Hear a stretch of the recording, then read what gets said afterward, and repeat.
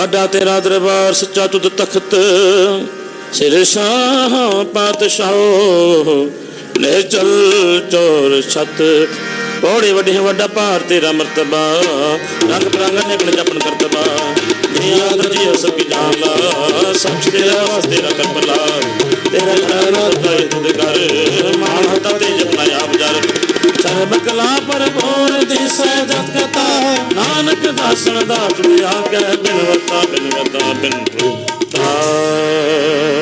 पौड़ी वड्डी मुड्डा पार तेरा मर्तबा रंग बिरंग नेक न जापर करतबा जिया अंदर जियो सब किछ जान ला सब किछ तेरा वस तेरा कृपला तेरा घर आनंद वधाई तुद कर मान मता तेज अपना आप तुजार सर्व कला भरपूर दिसै जत कथा नानक दासन दास तुत आगे बिनवता सलो। पावन गुरु पाणी पिता माता धरत महत दिवस रात दाई दाया खेले सगल जगत चंगियाइयां बुराइयां वाचै धर्म हदूर करमी आपो अपनी के नेड़े के दूर जिन्नी नाम ते आया गए मशक्कत खाल नानक ते मुख उजले केते छुटे नाल जिन्नी नाम ते आया गए मशक्कत खाल नानक ते मुख उजले केते छुटे नाल। वाहे गुरु जी का खालसा वाहे गुरु जी की फतेह।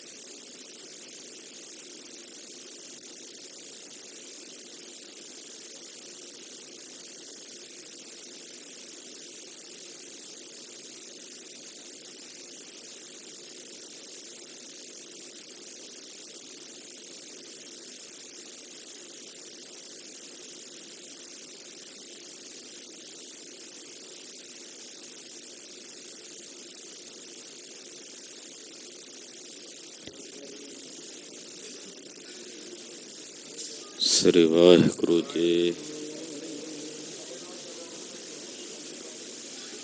गुरु नानक पाद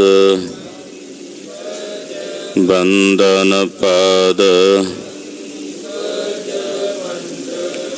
सिमरो अंगद और अमरदास हृदय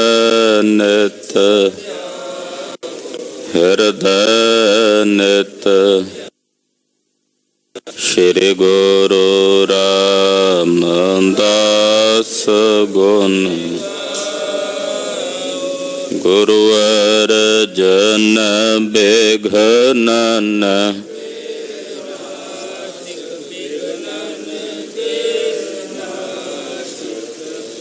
हर गोबिंद शुभ मत श्री हर राय नमोकार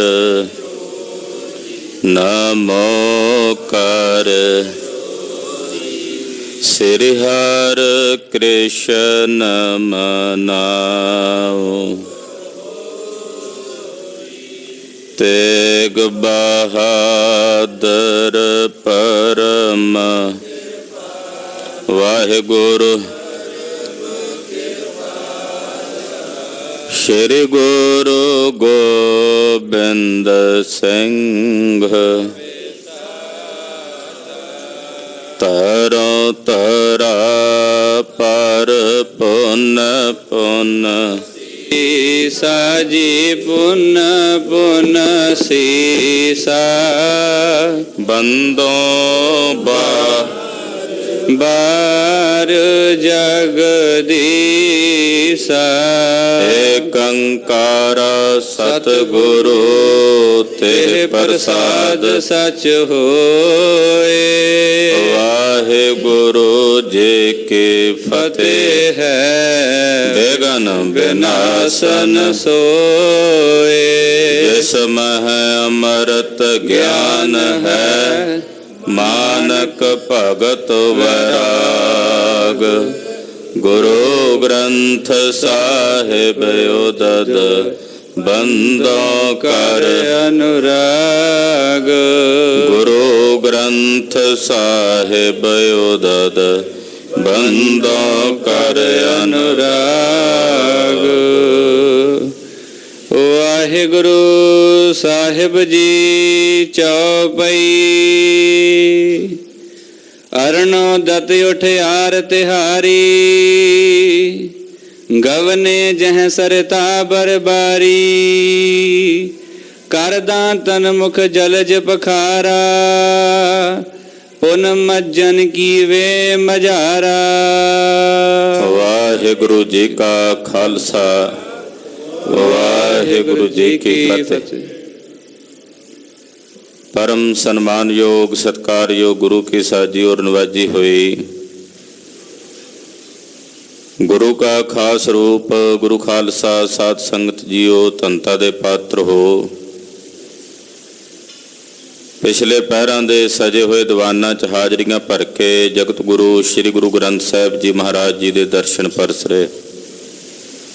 सतगुरु नौवें पातशाह तिलक जंजू दे राखे धन गुरु तेग बहादुर साहिब जी महाराज गरीब नवाज सतगुरां दियां खुशियां प्राप्त कर रहे हो। महाराज जी दियां मेहरां दे पात्र बन रहे हो। अज कलगियां वाले चोजी प्रीतम साहिबे कमाल श्री गुरु गोबिंद सिंह साहिब सच्चे पातशाह जी महाराज जी दे बच्चे साहिबजादे साहिबजादा बाबा जोरावर सिंह जी साहिबजादा बाबा फतेह सिंह जी और साहिब दे कलगीधर पातशाह दे पूजनीक माता माता गुजरी जी तिन्हां दे पावन शरीर दा अंतिम संस्कार सतगुरां दे दर घर दे अनिन सेवक महान गुरसिख दीवान टोडरमल जी ने कीता। गुरुद्वारा ज्योति स्वरूप साहब वाला पावन स्थान जो दीवान टोडरमल जी ने अपना सारा कारोबार वेच के बदले च मिले हुए जितनियां भी सोने दियां शर्फियां सन वो जमीन ते बिछा के खड़ियां करके सोने दियां शर्फियां ये जगह मुल खरीदी और सतगुरु सच्चे पातशाह दे लालां दा और माता जी दा अंतिम संस्कार दीवान टोडरमल जी ने करके कलगियां वाले पातशाह जी महाराज जी की मेहर सतगुरां की खुशी प्राप्त की। सतगुरु गरीब नवाज पातशाह जी महाराज जी दे लासानी शहीदी देण वाले साहिबजादे तिन्हां दी शहादत नूं कोटि कोटि प्रणाम ते नमस्कार है। इतिहासकार कहंदे जिस वक्त दीवान टोडरमल जी अंतिम संस्कार की विधि विधान की मर्यादा निभा रहे सन उस वेले केवल परिवार दे 5-4 जी सन। साहिबजादियां दे पावन विवानां नूं मोढा देण वाले भी पूर्ण तौर ते हाज़र नहीं सी। समय दे हुक्मरानां दा भै सी डर सी क्योंकि मोती राम जी वर्गे गुरमुखां नूं कोल्लू च पीड़ के उन्हां दे परिवार नूं शहीद कर दिता गया सी। इसलिए कि इन्हां ने गुरु कलगीधर दे बच्चिआं नूं दुध पिलाउण दी सेवा कीती है। तो दुश्मनां दा बड़ा वड्डा खौफ सी भै सी। केवल दीवान टोडरमल जी दे परिवारक मैंबर सन ਅੰਤਮ ਸੰਸਕਾਰ ਦੇ ਸਮੇਂ ਖਾਲਸਾ ਜੀ, ਦੁਨੀਆ ਵਿੱਚ ਕਿਸੇ ਵੱਡੀ ਪਦਵੀ ਤੇ ਬੈਠਾ ਕੋਈ ਵਿਅਕਤੀ ਸਰੀਰ ਤਿਆਗਦਾ ਹੈ, ਚਾਹੇ ਕੋਈ ਰਾਜਨੀਤਿਕ ਹੋਵੇ, ਰਾਜਸੀ ਠਾਠ ਬਾਗ ਵਾਲਾ ਹੋਵੇ, ਜਦੋਂ ਮਰਦਾ ਹੈ ਉਹਦੇ ਅੰਤਮ ਸੰਸਕਾਰ ਤੇ ਹਜ਼ਾਰਾਂ ਨਹੀਂ ਲੱਖਾਂ ਦੀ ਗਿਣਤੀ 'ਚ ਲੋਕ ਪਹੁੰਚ ਜਾਂਦੇ ਹਨ। ਅਗਲੇ ਸਾਲ ਜਦੋਂ ਉਹਦੀ ਬਰਸੀ ਮਨਾਈ ਜਾਂਦੀ ਹੈ ਤਾਂ ਜਿੰਨੇ ਸੰਸਕਾਰ ਤੇ ਆਏ ਹੁੰਦੇ ਆ ਤਕਰੀਬਨ ਅੱਧੇ ਰਹਿ ਜਾਂਦੇ ਆ। ਤੀਸਰੇ ਸਾਲ ਤਾਂ ਹੀ ਉਹਨਾਂ ਨੂੰ ਬੱਸਾਂ ਭੇਜ ਕੇ ਲੋਕਾਂ ਨੂੰ ਇਕੱਠਾ ਕਰਨਾ ਪੈਂਦਾ ਹੈ ਕਿ ਆਓ ਜੀ ਸਾਡੇ ਫਲਾਣੇ ਰਾਜਨੇਤਾ ਦੀ ਤੀਸਰੀ ਜਾਂ ਚੌਥੀ ਬਰਸੀ ਹੈ। ਪਰ ਧੰਨ ਗੁਰੂ ਕੇ ਲਾਲ ਜਿਨ੍ਹਾਂ ਦੀ ਸ਼ਹਾਦਤ ਦੇ ਸਮੇਂ ਅੰਤਮ ਸੰਸਕਾਰ ਸਮੇਂ ਅੱਜ ਦੇ ਦਿਨ ਭਵੇਂ ਪਰਿਵਾਰ ਦੇ ਦੀਵਾਨ ਟੋਡਰਮੱਲ ਜੀ ਦੇ 5-4 ਜੀ ਸਨ, ਪਰ ਅੱਜ ਜਿਵੇਂ ਜਿਵੇਂ ਸਮਾਂ ਬੀਤ ਰਿਹਾ ਹੈ ਸਤਿਗੁਰਾਂ ਦੇ ਲਾਲਾਂ ਦੀ ਸ਼ਹਾਦਤ ਦਾ ਦਿਨ ਜਾਣਦਿਆਂ ਇੱਕ ਨਹੀਂ, 100 ਨਹੀਂ, 1000 ਵੀ ਨਹੀਂ, ਲੱਖਾਂ ਦੀ ਗਿਣਤੀ ਵਿੱਚ ਸੰਗਤਾਂ ਹਾਜ਼ਰੀਆਂ ਭਰ ਕੇ ਸ਼ਰਧਾਂਜਲੀ ਭੇਟ ਕਰਦੀਆਂ ਹਨ। ਸਤਿ ਸ੍ਰੀ ਅਕਾਲ। ਸਤਿਗੁਰਾਂ ਦੇ ਲਾਲਾਂ ਦੀ ਸ਼ਹਾਦਤ ਨੂੰ ਕੋਟੀ ਕੋਟੀ ਪ੍ਰਣਾਮ ਤੇ ਨਮਸਕਾਰ ਹੈ। ਲੜੀਵਾਰ ਕਥਾ ਜਗਤ ਗੁਰੂ ਸ੍ਰੀ ਗੁਰੂ ਨਾਨਕ ਦੇਵ ਸਾਹਿਬ ਸੱਚੇ ਪਾਤਸ਼ਾਹ ਜੀ ਮਹਾਰਾਜ ਜੀ ਦੇ ਪਾਵਨ ਪਵਿੱਤਰ ਸਵਰੂਪ ਦੀ ਆਪ ਜੀ ਸਰਵਣ ਕਰ ਰਹੇ ਹੋ। ਗੁਰੂ ਨਾਨਕ ਸਾਹਿਬ ਜੀ ਦੀ ਪਾਵਨ ਕਥਾ ਸਰਵਣ ਕਰ ਰਹੇ ਹੋ। ਜਗਤ ਗੁਰੂ ਗਰੀਬ ਨਵਾਜ ਸਾਹਿਬ ਸੱਚੇ ਪਾਤਸ਼ਾਹ ਜੀ ਮਹਾਰਾਜ ਸੁਲਤਾਨਪੁਰ ਸਾਹਿਬ ਦੀ ਧਰਤੀ ਤੇ ਬਿਰਾਜਮਾਨ ਹਨ। ਅਨੇਕਾਂ ਜੀਵਾਂ ਦੀ ਕਲਿਆਣ ਸਤਿਗੁਰੂ ਗਰੀਬ ਨਵਾਜ ਪਾਤਸ਼ਾਹ ਜੀ ਨੇ ਕੀਤੀ ਹੈ।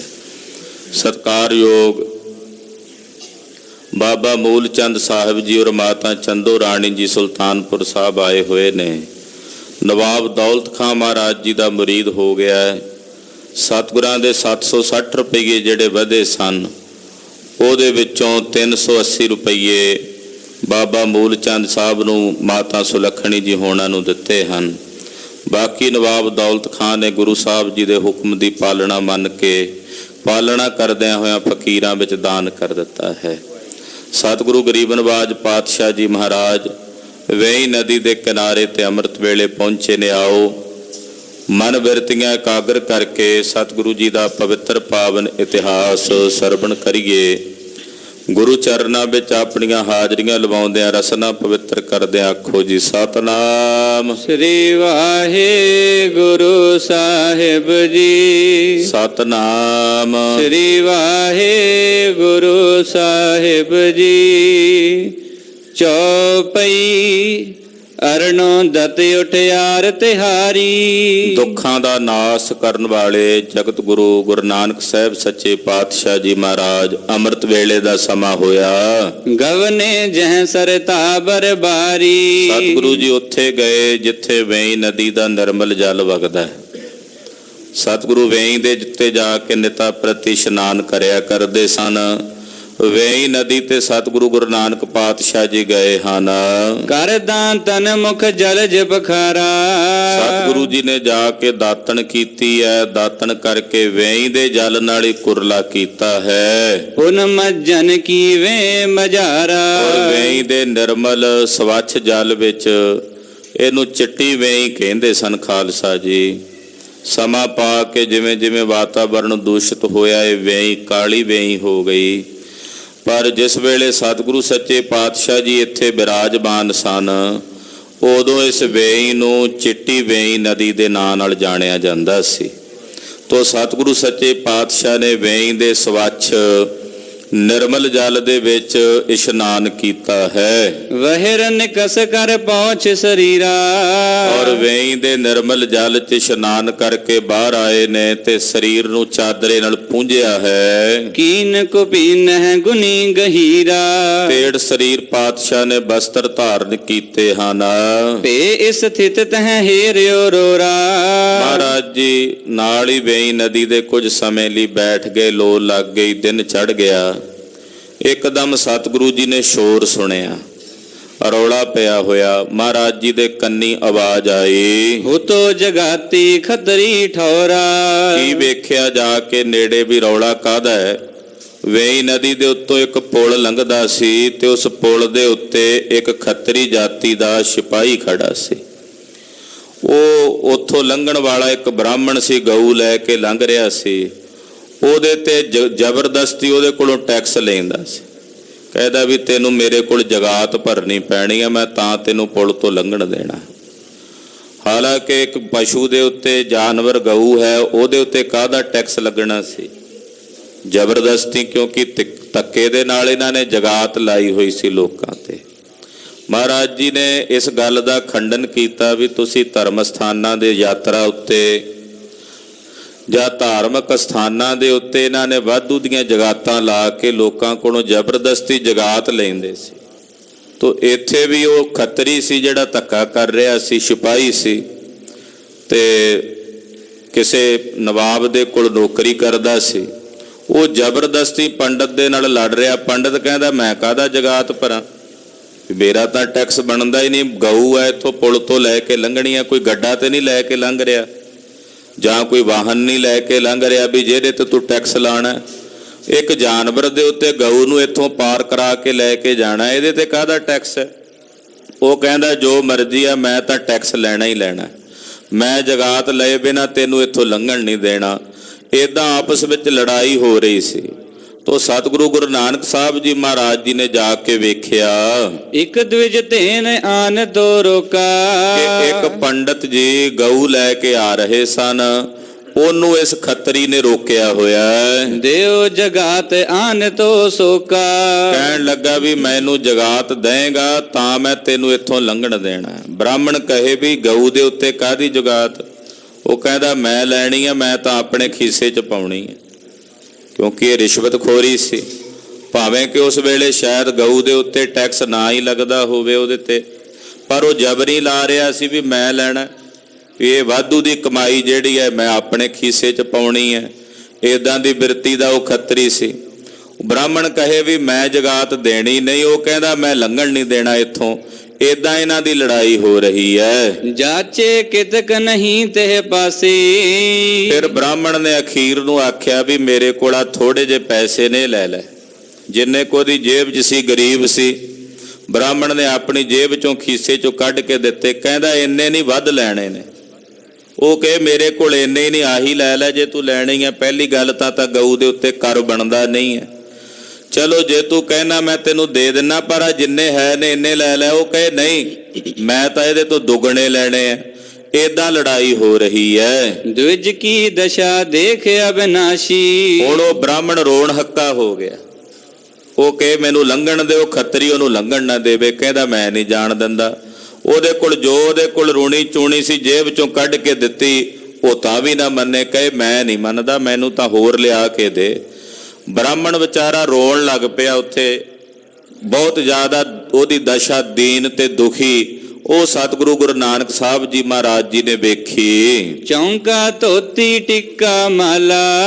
ਵੇਖਿਆ ਕਿ ਜਿਹੜਾ ਇਹ ਖੱਤਰੀ ਹੈ ਇਹਨੇ ਮੱਥੇ ਤੇ ਤਿਲਕ ਵੀ ਲਾਇਆ, ਤੇੜ ਧੋਤੀ ਵੀ ਬੱਧੀ, ਤੇ ਪ੍ਰਸ਼ਾਦਾ ਛਕਣ ਲੱਗਾ ਤੇ ਚੌਂਕਾ ਜਿਹਾ ਬਣਾਇਆ ਹੋਇਆ, ਵਿੱਚ ਗਊ ਦੇ ਗੋਬਰ ਦਾ ਲੇਪ ਵੀ ਫੇਰਿਆ ਹੋਇਆ ਹੈ। ਭਲੇ ਬਣਾਓ ਲਖਿਓ ਕਿਰਪਾਲਾ।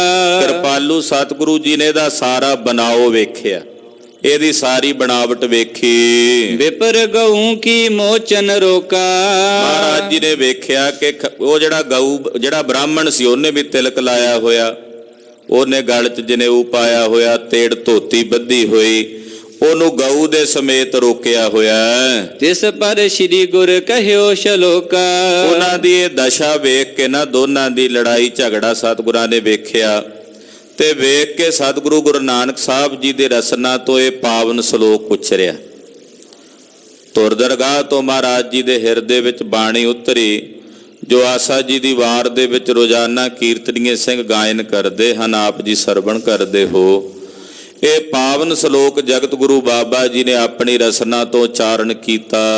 ਸ਼ਲੋਕ ਮਹੱਲਾ ਪਹਿਲਾ। ਗਊ ਬ੍ਰਾਹਮਣ ਕੋ ਕਰ ਲਾਵੋ, ਗੋਬਰ ਤਰਨ ਨਾ ਜਾਈ। ਮਹਾਰਾਜ ਜੀ ਵੇਖ ਕੇ ਨਾ ਉਹਨਾਂ ਦੀ ਦਸ਼ਾ, ਪਾਤਸ਼ਾਹ ਕਹਿੰਦੇ ਗਊ ਤੇ ਬ੍ਰਾਹਮਣ ਦੇ ਉੱਤੇ ਟੈਕਸ ਲਾਇਆ ਹੋਇਆ ਹੈ, ਤੇ ਗਾਂ ਦਾ ਗੋਬਰ ਚੌਂਕੇ 'ਚ ਫੇਰ ਕੇ ਤੇ ਕਹਿੰਦੇ ਉਹ ਚੌਂਕਾ ਪਵਿੱਤਰ ਹੋ ਗਿਆ ਹੈ। ਮਹਾਰਾਜ ਕਹਿੰਦੇ ਜੇ ਗੋਬਰ ਨੂੰ ਪਵਿੱਤਰ ਸਮਝ ਕੇ ਇੱਕ ਚੌਂਕੇ 'ਚ ਫੇਰਦੇ ਹੋ, ਉਸ ਗਊ ਦੇ ਉੱਤੇ ਟੈਕਸ ਲਾ ਕੇ ਤੁਸੀਂ ਇਹ ਕਿਹੜਾ ਪੁੰਨ ਕਮਾ ਰਹੇ ਹੋ ਭਾਈ, ਇਹ ਕਿਹੜਾ ਪਰਉਪਕਾਰ ਕਰ ਰਹੇ ਹੋ? ਗੋਬਰ ਨਾਲ ਤਰ ਜਾਓਗੇ। ਮਹਾਰਾਜ ਜੀ ਕਹਿੰਦੇ ਗੋਬਰ ਨਾਲ ਨਹੀਂ ਤਰਿਆ ਜਾਣਾ ਜੇ ਪਰਉਪਕਾਰ ਦੀ ਬਿਰਤੀ ਨਹੀਂ ਹੈ। ਇੱਕ ਬੇਜ਼ੁਬਾਨ ਪਸ਼ੂ ਦੇ ਉੱਤੇ ਟੈਕਸ ਲਾ ਕੇ ਕਹਿੰਦੇ ਹੋ ਵੀ ਉਹਦੇ ਤੋਂ ਤਾਂ ਲੰਘਣ ਦਿਆਂਗਾ ਜੇ ਟੈਕਸ ਦੇਂਗਾ। ਫਿਰ ਉਹਦੇ ਗੋਬਰ ਨੂੰ ਚੌਂਕੇ 'ਚ ਲਿਪ ਕੇ ਪਵਿੱਤਰ ਸਮਝ ਕੇ ਤੁਸੀਂ ਮੱਥਾ ਟੇਕਦੇ ਹੋ। ਇਹ ਕਿੱਥੋਂ ਦੀ ਸਿਆਣਪ ਹੈ? ਪਾਤਸ਼ਾਹ ਕਹਿੰਦੇ ਤੁਹਾਡੀ ਕੁਲ ਦਾ ਆਚਾਰਿਆ ਹੈ ਬ੍ਰਾਹਮਣ, ਤੁਸੀਂ ਬ੍ਰਾਹਮਣ ਨੂੰ ਆਪਣੇ ਧਰਮ ਦਾ ਵੱਡਾ ਮੁਖੀਆ ਸਮਝਦੇ ਹੋ, ਫਿਰ ਉਹਦੇ ਤੇ ਵੀ ਟੈਕਸ ਲਾਇਆ ਹੋਇਆ। ਤੇ ਫਿਰ ਗਊ ਬ੍ਰਾਹਮਣ ਦੇ ਉੱਤੇ ਟੈਕਸ ਲਾ ਕੇ, ਕਰ ਲਾ ਕੇ, ਜਜੀਆ ਲਾ ਕੇ, ਜਿਹੜਾ ਜਬਰੀ ਲਿਆ ਜਾਵੇ ਉਹ ਜਜੀਆ ਲਾਉਂਦੇ ਹੋ। ਵਿੱਚ ਟੈਕਸ ਬਣਦਾ ਨਹੀਂ ਫਿਰ ਵੀ ਲਾਇਆ ਹੋਇਆ, ਬਿਨਾਂ ਗੱਲ ਤੋਂ ਲਾਇਆ ਹੋਇਆ ਜਜੀਆ। ਤੇ ਗੋਬਰ ਦੇ ਨਾਲ ਦੱਸੋ ਕਿਵੇਂ ਤਰੋਗੇ? ਮਹਾਰਾਜ ਜੀ ਕਹਿੰਦੇ ਸੱਜਣਾ ਗੋਹੇ ਦੇ ਨਾਲ ਜਾਂ ਗੋਬਰ ਦੇ ਨਾਲ ਨਹੀਂ ਤਰਿਆ ਜਾਣਾ। ਧੋਤੀ ਟਿੱਕਾ ਤੈ ਜਪ ਮਾਲੀ, ਧਾਨ ਮਲੇਛਾਂ ਖਾਈ। ਤੇੜ ਧੋਤੀ ਬੱਧੀ ਹੋਈ ਹੈ, ਮੱਥੇ ਤੇ ਟਿੱਕਾ ਲਾਇਆ ਹੋਇਆ ਹੈ, ਹੱਥ ਵਿੱਚ ਜਪ ਮਾਲੀ ਮਾਲਾ ਫੜੀ ਹੋਈ ਹੈ, ਤੇ ਧਾਨ ਜਿਹੜਾ ਉਹ ਤੁਸੀਂ ਮਲੇਛਾਂ ਦਾ ਖਾਂਦੇ ਹੋ। ਧਾਨ ਮਲੇਛਾਂ ਖਾਈ। ਮਲੇਛਾਂ ਦਾ ਜਿਹੜਾ ਮਲੇਛ ਕਿਸ ਨੂੰ ਕਹਿੰਦੇ? ਮਲ ਜਮਾ ਇੱਛਾ, ਜਿਸ ਦੇ ਅੰਦਰ ਹਮੇਸ਼ਾ ਮੈਲ ਦੀ ਇੱਛਾ ਬਣੀ ਰਵੇ ਉਹਨੂੰ ਮਲੇਛ ਕਹਿੰਦੇ ਆ। ਮੈਲ ਦੀ ਇੱਛਾ ਰੱਖਣ ਵਾਲਾ, ਮੈਲੀ ਬਿਰਤੀ ਰੱਖਣ ਵਾਲਾ, ਮੈਲੇ ਖਿਆਲਾਤ ਰੱਖਣ ਵਾਲੇ ਨੂੰ ਮਲੇਛ ਕਹਿੰਦੇ ਆ। ਜਿਹੜਾ ਰਿਸ਼ਵਤ ਦਾ ਪੈਸਾ ਖਾਵੇ ਉਹਨੂੰ ਵੀ ਮਲੇਛ ਕਹਿੰਦੇ ਆ, ਵੀ ਉਹ ਵੀ ਮਾੜੇ ਤਰੀਕੇ ਨਾਲ ਖਾਧਾ ਜਾ ਰਿਹਾ ਹੈ। ਕਿਸੇ ਦਾ ਹੱਕ ਖਾਣਾ ਉਹ ਵੀ ਮਲੇਛ ਹੈ। ਜਿਹੜਾ ਕਿਸੇ ਦਾ ਹੱਕ ਖਾਵੇ ਉਹਨੂੰ ਵੀ ਮਲੇਛ ਕਹਿੰਦੇ ਆ। ਮਹਾਰਾਜ ਜੀ ਕਹਿੰਦੇ ਆ ਜਿਹੜੇ ਮਲੇਛ ਨੇ ਲੋਕਾਂ ਦਾ ਹੱਕ ਖਾਣ ਵਾਲੇ, ਗਲ ਵੱਢ ਕੇ ਖਾਂਦੇ ਆ, ਲੋਕਾਂ ਦਾ ਪਰਾਇਆ ਹੱਕ ਖਾਂਦੇ ਆ, ਉਹਨਾਂ ਮਲੇਛਾਂ ਦੇ ਕੋਲੋਂ ਧਾਨ ਲੈ ਕੇ ਤੁਸੀਂ ਵੀ ਖਾ ਰਹੇ ਹੋ। ਅੰਤਰ ਪੂਜਾ ਪੜੈ ਕਤੇਬਾ, ਸੰਜਮ ਤੁਰਕਾ ਭਾਈ। ਉਹ ਜਿਹੜਾ ਬ੍ਰਾਹਮਣ ਬੈਠਾ ਸੀ ਮਹਾਰਾਜ ਜੀ ਉਹਨੂੰ ਵੀ ਕਹਿ ਰਹੇ, ਜਿਹੜਾ ਉਹ ਖੱਤਰੀ ਆ ਉਹਨੂੰ ਵੀ ਕਹਿ ਰਹੇ ਨੇ, ਸਾਂਝਾ ਉਪਦੇਸ਼ ਹੈ। ਮਹਾਰਾਜ ਜੀ ਕਹਿੰਦੇ ਆ ਪੂਜਾ ਤੁਸੀਂ ਲੁੱਕ ਕੇ ਕਰਦੇ ਹੋ, ਅੰਦਰ ਦਰਵਾਜ਼ੇ ਬੰਦ ਕਰਕੇ। ਡਰ ਹੁੰਦਾ ਵੀ ਜੇ ਬਾਹਰ ਪੂਜਾ ਕਰਾਂਗੇ ਤੇ ਟੈਕਸ ਮੰਗਣਗੇ, ਕਿਉਂਕਿ ਹਿੰਦੁਸਤਾਨ ਦੇ ਹਿੰਦੂ ਤੀਰਥਾਂ ਦੇ ਉੱਤੇ ਟੈਕਸ ਲੱਗਾ ਹੋਇਆ ਸੀ ਤੇ ਲੁੱਕ ਕੇ ਪੂਜਾ ਕਰਦੇ ਸੀ, ਅੰਦਰ ਵੀ ਸਾਨੂੰ ਟੈਕਸ ਨਾ ਭਰਨਾ ਪਏ। ਮਹਾਰਾਜ ਜੀ ਕਹਿੰਦੇ ਅੰਤਰ ਪੂਜਾ, ਅੰਦਰ ਬਹਿ ਕੇ ਪੂਜਾ ਕਰਦੇ ਹੋ ਤੇ ਬਾਹਰੋਂ ਮੁਸਲਮਾਨੀ ਕਿਤਾਬਾਂ ਜਿਹੜੀਆਂ ਨੇ ਕਤੇਬਾਂ ਉਹ ਪੜ੍ਹਦੇ ਉਹਨਾਂ ਦੀ, ਕਿਉਂਕਿ ਨੌਕਰੀਆਂ ਜੋ ਕਰਦੇ ਸੀ ਉੱਥੇ ਉਹਨਾਂ ਮੁਸਲਮਾਨਾਂ ਨੂੰ ਖੁਸ਼ ਕਰਨ ਵਾਸਤੇ, ਜੀ ਵੇਖੋ ਅਸੀਂ ਤੁਹਾਡੀਆਂ ਕਤੇਬਾਂ ਪੜ੍ਹਦੇ ਹਾਂ, ਉਹ ਉੱਥੇ ਉਹਨਾਂ ਦੀਆਂ ਕਤੇਬਾਂ ਪੜ੍ਹਦੇ, ਅੰਦਰ ਬਹਿ ਕੇ ਲੁੱਕ ਕੇ ਪੂਜਾ ਕਰਦੇ ਆ। ਸੰਜਮ ਤੁਰਕਾ ਭਾਈ, ਤੇ ਜਿਹੜੀ ਸੰਜਮ ਮਰਿਆਦਾ ਉਹ ਤੁਰਕਾਂ ਵਾਲੀ ਰੱਖਦੇ ਹੋ। ਬੋਲ ਚਾਲ ਤੁਰਕਾਂ ਵਾਲਾ, ਮਰਿਆਦਾ ਤੁਰਕਾਂ ਵਾਲੀ, ਝੁਕ ਕੇ ਸਲਾਮਾ ਕਰਨ ਦੀ ਬਿਰਤੀ ਉਹ ਵੀ ਤੁਰਕਾਂ ਵਾਲੀ। ਮਹਾਰਾਜ ਜੀ ਕਹਿੰਦੇ ਸੰਜਮ ਤੁਹਾਡਾ ਜਿਹੜਾ ਮਰਿਆਦਾ ਤੁਸੀਂ ਰੱਖੀ ਹੋਈ ਹੈ ਉਹ ਤੁਰਕਾਂ ਵਾਲੀ ਰੱਖੀ ਹੋਈ ਹੈ। ਛੋਡੀ ਲੈ ਪਾਖੰਡਾ। ਮਹਾਰਾਜ ਜੀ ਕਹਿੰਦੇ ਉਹ ਸੱਜਣੋ ਇਹ ਪਖੰਡ ਹੈ, ਅੰਦਰੋਂ ਹੋਰ ਤੇ ਬਾਹਰੋਂ ਹੋਰ।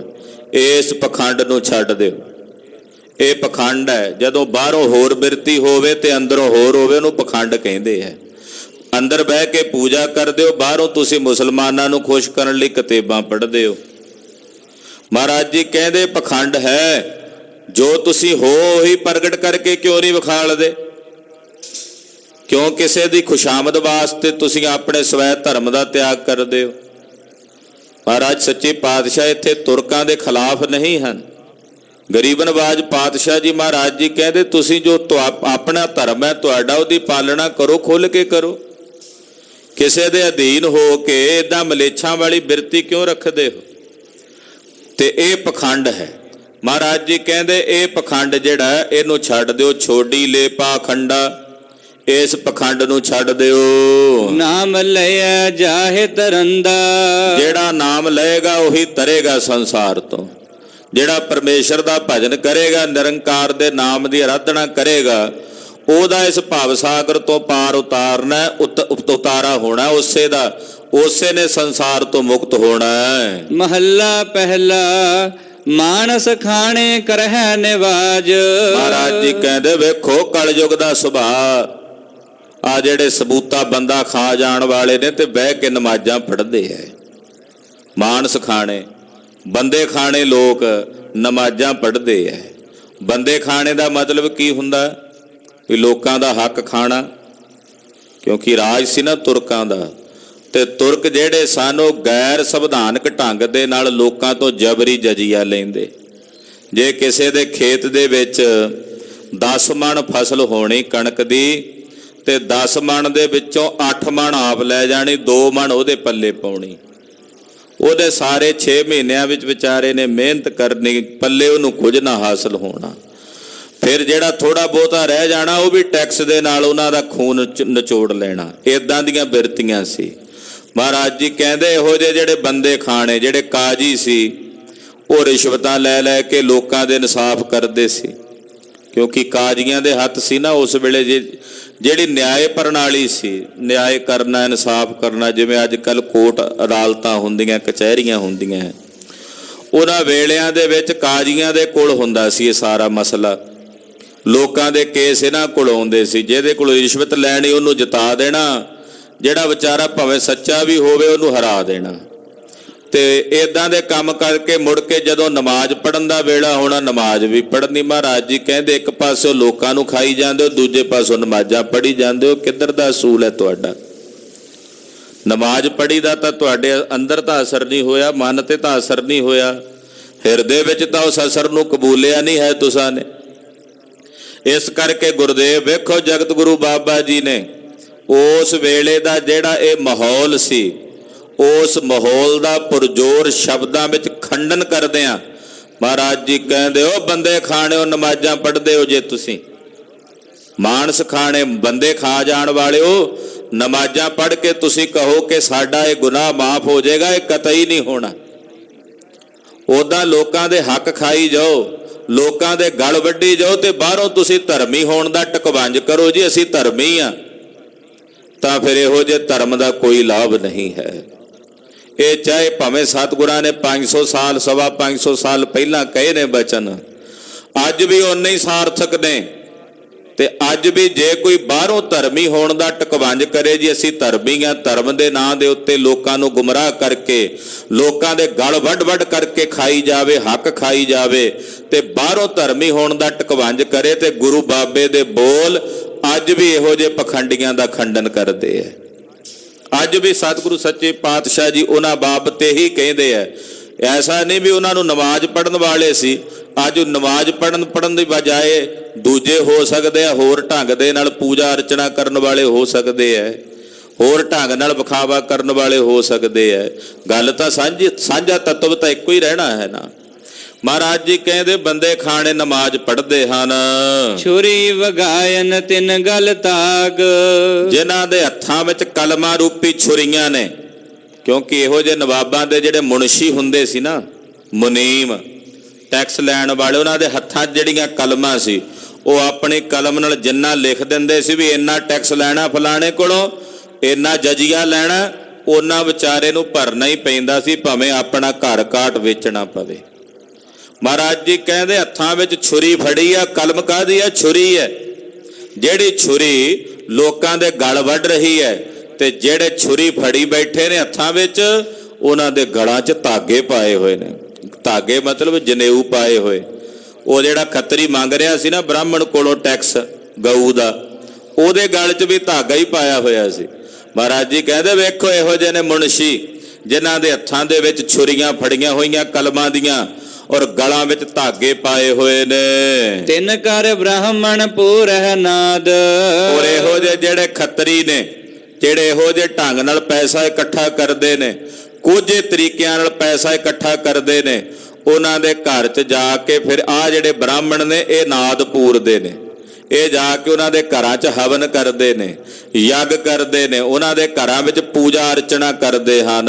ਉਹਨਾਂ ਪੇ ਆਵੈ ਓਈ ਸਾਧ, ਫਿਰ ਉਹ ਪੈਸੇ ਵਿੱਚੋਂ ਇਹਨਾਂ ਨੂੰ ਦਕਸ਼ਨਾ ਦਿੰਦੇ ਨੇ, ਇਹਨਾਂ ਨੂੰ ਭੇਟਾ ਦਿੰਦੇ, ਜਿਹੜਾ ਉਹ ਮਾੜੇ ਤਰੀਕੇ ਨਾਲ ਕਮਾਇਆ ਪੈਸਾ ਸੀ ਖੱਤਰੀਆਂ ਕੋਲ।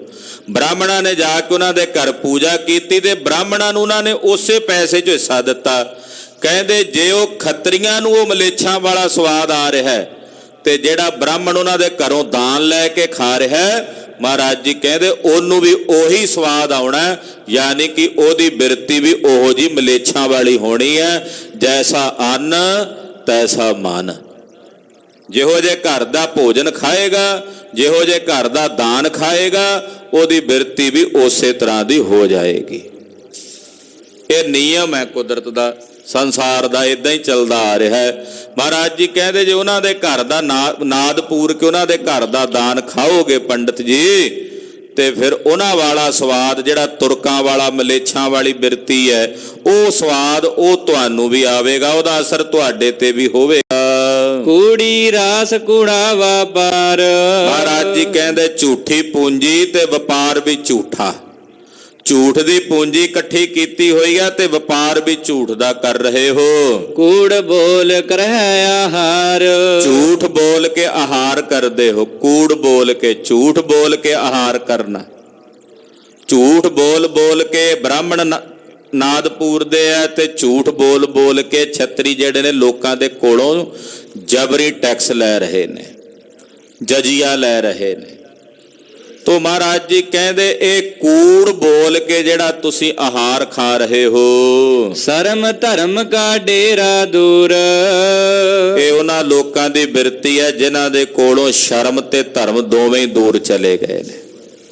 ਮਹਾਰਾਜ ਜੀ ਕਹਿੰਦੇ ਕਲੀ ਕਾਲ ਦਾ ਵਰਤਾਰਾ ਕਿਹੋ ਜਿਹਾ ਵਰਤ ਰਿਹਾ ਕਿ ਨਾ ਇਹਨਾਂ ਨੂੰ ਸ਼ਰਮ ਰਹੀ ਹੈ, ਨਾ ਇਹਨਾਂ ਕੋਲ ਧਰਮ ਰਿਹਾ। ਸ਼ਰਮ ਤੇ ਧਰਮ ਦਾ ਡੇਰਾ ਇਹਨਾਂ ਤੋਂ ਦੂਰ ਚਲਾ ਗਿਆ। ਸ਼ਰਮ ਧਰਮ ਦੋਏ ਛੱਪ ਖਲੋਏ, ਕੂੜ ਫਿਰੈ ਪ੍ਰਧਾਨ ਵੇ ਲਾਲੋ। ਕਾਜੀਆਂ ਬਾਹਮਣਾ ਕੀ ਗੱਲ ਥੱਕੀ, ਅਗਦ ਪੜੈ ਸੈਤਾਨ ਵੇ ਲਾਲੋ। ਮਹਾਰਾਜ ਜੀ ਕਹਿੰਦੇ ਭਾਈ ਸ਼ਰਮ ਤੇ ਧਰਮ ਦੋਵੇਂ ਨਹੀਂ ਰਹੇ ਨਾ ਪਾਸ। ਸ਼ਰਮ ਤੇ ਧਰਮ ਦਾ ਡੇਰਾ ਦੂਰ ਹੈ। ਕਲੀ ਕਾਲ ਦੇ ਲੋਕਾਂ ਕੋਲ ਨਾ ਸ਼ਰਮ ਨਾ ਧਰਮ। ਸ਼ਰਮ ਕਿੱਥੇ ਹੈ, ਲਾਜ ਕਿੱਥੇ ਹੈ?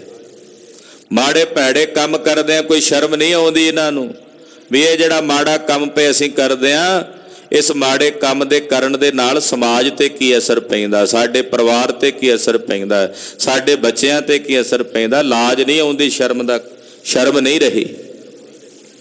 ਅੱਜ ਦੇ ਸਮਾਜ ਵਿੱਚ ਜਿਹਦੇ ਵਿੱਚ ਅਸੀਂ ਰਹਿ ਰਹੇ ਹਾਂ, ਕੋਈ ਬੇਸ਼ਰਮੀ ਦਾ ਕੰਮ ਕਰੇ, ਬੇਸ਼ਰਮੀ ਦੇ ਤਰੀਕੇ ਦੇ ਨਾਲ ਸੰਸਾਰ ਦੇ ਵਿੱਚ ਕੋਈ ਵੱਡੇ ਰੁਤਬੇ ਤੇ ਪਹੁੰਚੇ, ਬੇਸ਼ਰਮੀ ਦੇ ਤਰੀਕੇ ਨਾਲ ਦੁਨੀਆ ਦੇ ਵੱਡੇ ਤਾਜ ਉਹਨਾਂ ਦੇ ਸਿਰਾਂ ਦੇ ਉੱਤੇ ਝੂਲੇ ਹੋਣ, ਕਿਤੇ ਬੇਸ਼ਰਮੀ ਦੇ ਨਾਲ ਹੋਣ, ਬੇਸ਼ਰਮੀ ਤਰੀਕੇ ਨਾਲ ਹੋਣ। ਜਿਨ੍ਹਾਂ ਕੋਲ ਸ਼ਰਮ ਨਾ ਰਹੇ ਉਹਨਾਂ ਲੋਕਾਂ ਦੀ ਸੋਭਾ ਜੋ ਗੁਰੂ ਦੇ ਦਰਬਾਰ ਦੇ ਵਿੱਚ ਬਹੁਤੇ ਪ੍ਰਚਾਰਕ ਕਰਦੇ ਹੈ। ਇਹੋ ਜਿਹਾ ਵਰਤਾਰਾ ਹੈ ਕਲੀ ਕਾਲ ਦਾ ਗੁਰੂ ਖਾਲਸਾ ਜੀ। ਗਰੀਬ ਨਵਾਜ ਸਾਹਿਬ ਸੱਚੇ ਪਾਤਸ਼ਾਹ ਕਹਿੰਦੇ ਕਲਯੁਗ ਵਿੱਚ ਨਾ ਸ਼ਰਮ ਰਹੀ ਹੈ ਨਾ ਧਰਮ ਰਿਹਾ ਹੈ। ਧਰਮ ਵੀ ਦੂਰ ਤੇ ਸ਼ਰਮ ਵੀ ਦੂਰ। ਸ਼ਰਮ ਧਰਮ ਦੋਏ ਛੱਪ ਖਲੋਏ। ਪਾਤਸ਼ਾਹ ਕਹਿੰਦੇ ਸ਼ਰਮ ਤੇ ਧਰਮ ਦਾ ਜਿਹੜਾ ਡੇਰਾ ਹੈ ਉਹ ਇਹਨਾਂ ਲੋਕਾਂ ਤੋਂ ਦੂਰ ਚਲਾ ਗਿਆ ਹੈ। ਕੂੜ ਬੋਲ ਕਰਹਿ ਆਹਾਰ। ਹਾਂਜੀ, ਸ਼ਰਮ ਧਰਮ ਕਾ ਡੇਰਾ ਦੂਰ। ਨਾਨਕ ਕੂੜ ਰਹਿਆ ਭਰਪੂਰ। ਮਹਾਰਾਜ ਜੀ ਕਹਿੰਦੇ ਝੂਠ ਹੀ ਭਰਪੂਰ ਹੋ ਰਿਹਾ ਸਾਰੇ ਜਗਤ ਵਿੱਚ। ਕੂੜ ਫਿਰੈ ਪ੍ਰਧਾਨ ਵੇ ਲਾਲੋ। ਕਲਯੁਗ ਰਥ ਅਗਨ ਕਾ ਕੂੜ ਅਗੈ ਰਥ ਵਾਹੋ। ਕਲਯੁਗ ਵਿੱਚ ਝੂਠ ਅੱਗੇ ਬਲੀ ਹੈ, ਬਲੀ ਹੋ ਕੇ ਜਗਤ ਦੇ ਵਿੱਚ ਭਰਪੂਰ ਹੋ ਰਿਹਾ ਹੈ। ਮੱਥੇ ਟਿੱਕਾ ਤੇੜ ਤੋਤੀ ਕਖਾਈ। ਮਹਾਰਾਜ ਜੀ ਕਹਿੰਦੇ ਵੇਖੋ ਪੰਡਤ ਜੀ ਨੇ ਮੱਥੇ ਤੇ ਟਿੱਕਾ ਲਾਇਆ ਹੋਇਆ ਹੈ। ਮੱਥਾ ਟਿੱਕਾ, ਤੇੜ ਤੇੜ ਧੋਤੀ ਬੱਧੀ ਹੋਈ ਹੈ, ਕਖਾਈ ਟੁੰਗ ਕੇ ਬੰਨ੍ਹਦੇ। ਕਖਾਈ ਦੇ ਦੋ ਅਰਥ ਨੇ। ਇੱਕ ਅਰਥ ਹੁੰਦਾ ਕਖਾਈ ਦਾ ਵੀ ਗੇਰੂ ਰੰਗੀ ਧੋਤੀ ਬੱਧੀ ਹੋਈ ਭਗਵੇ ਰੰਗ ਦੀ। ਦੂਜਾ ਅਰਥ ਹੁੰਦਾ ਹੈ ਟੁੰਗ ਕੇ ਬੰਨ੍ਹ ਲੈਂਦੇ ਆ, ਉਹਦਾ ਸਿਰੇ ਜਿਹੜੇ ਨੇ ਤਿੰਨ ਥਾਵਾਂ ਤੇ ਟੁੰਗ ਲੈਂਦੇ ਆ, ਉਹਨੂੰ ਵੀ ਕਖਾਈ ਕਹਿ ਦਿੰਦੇ ਆ।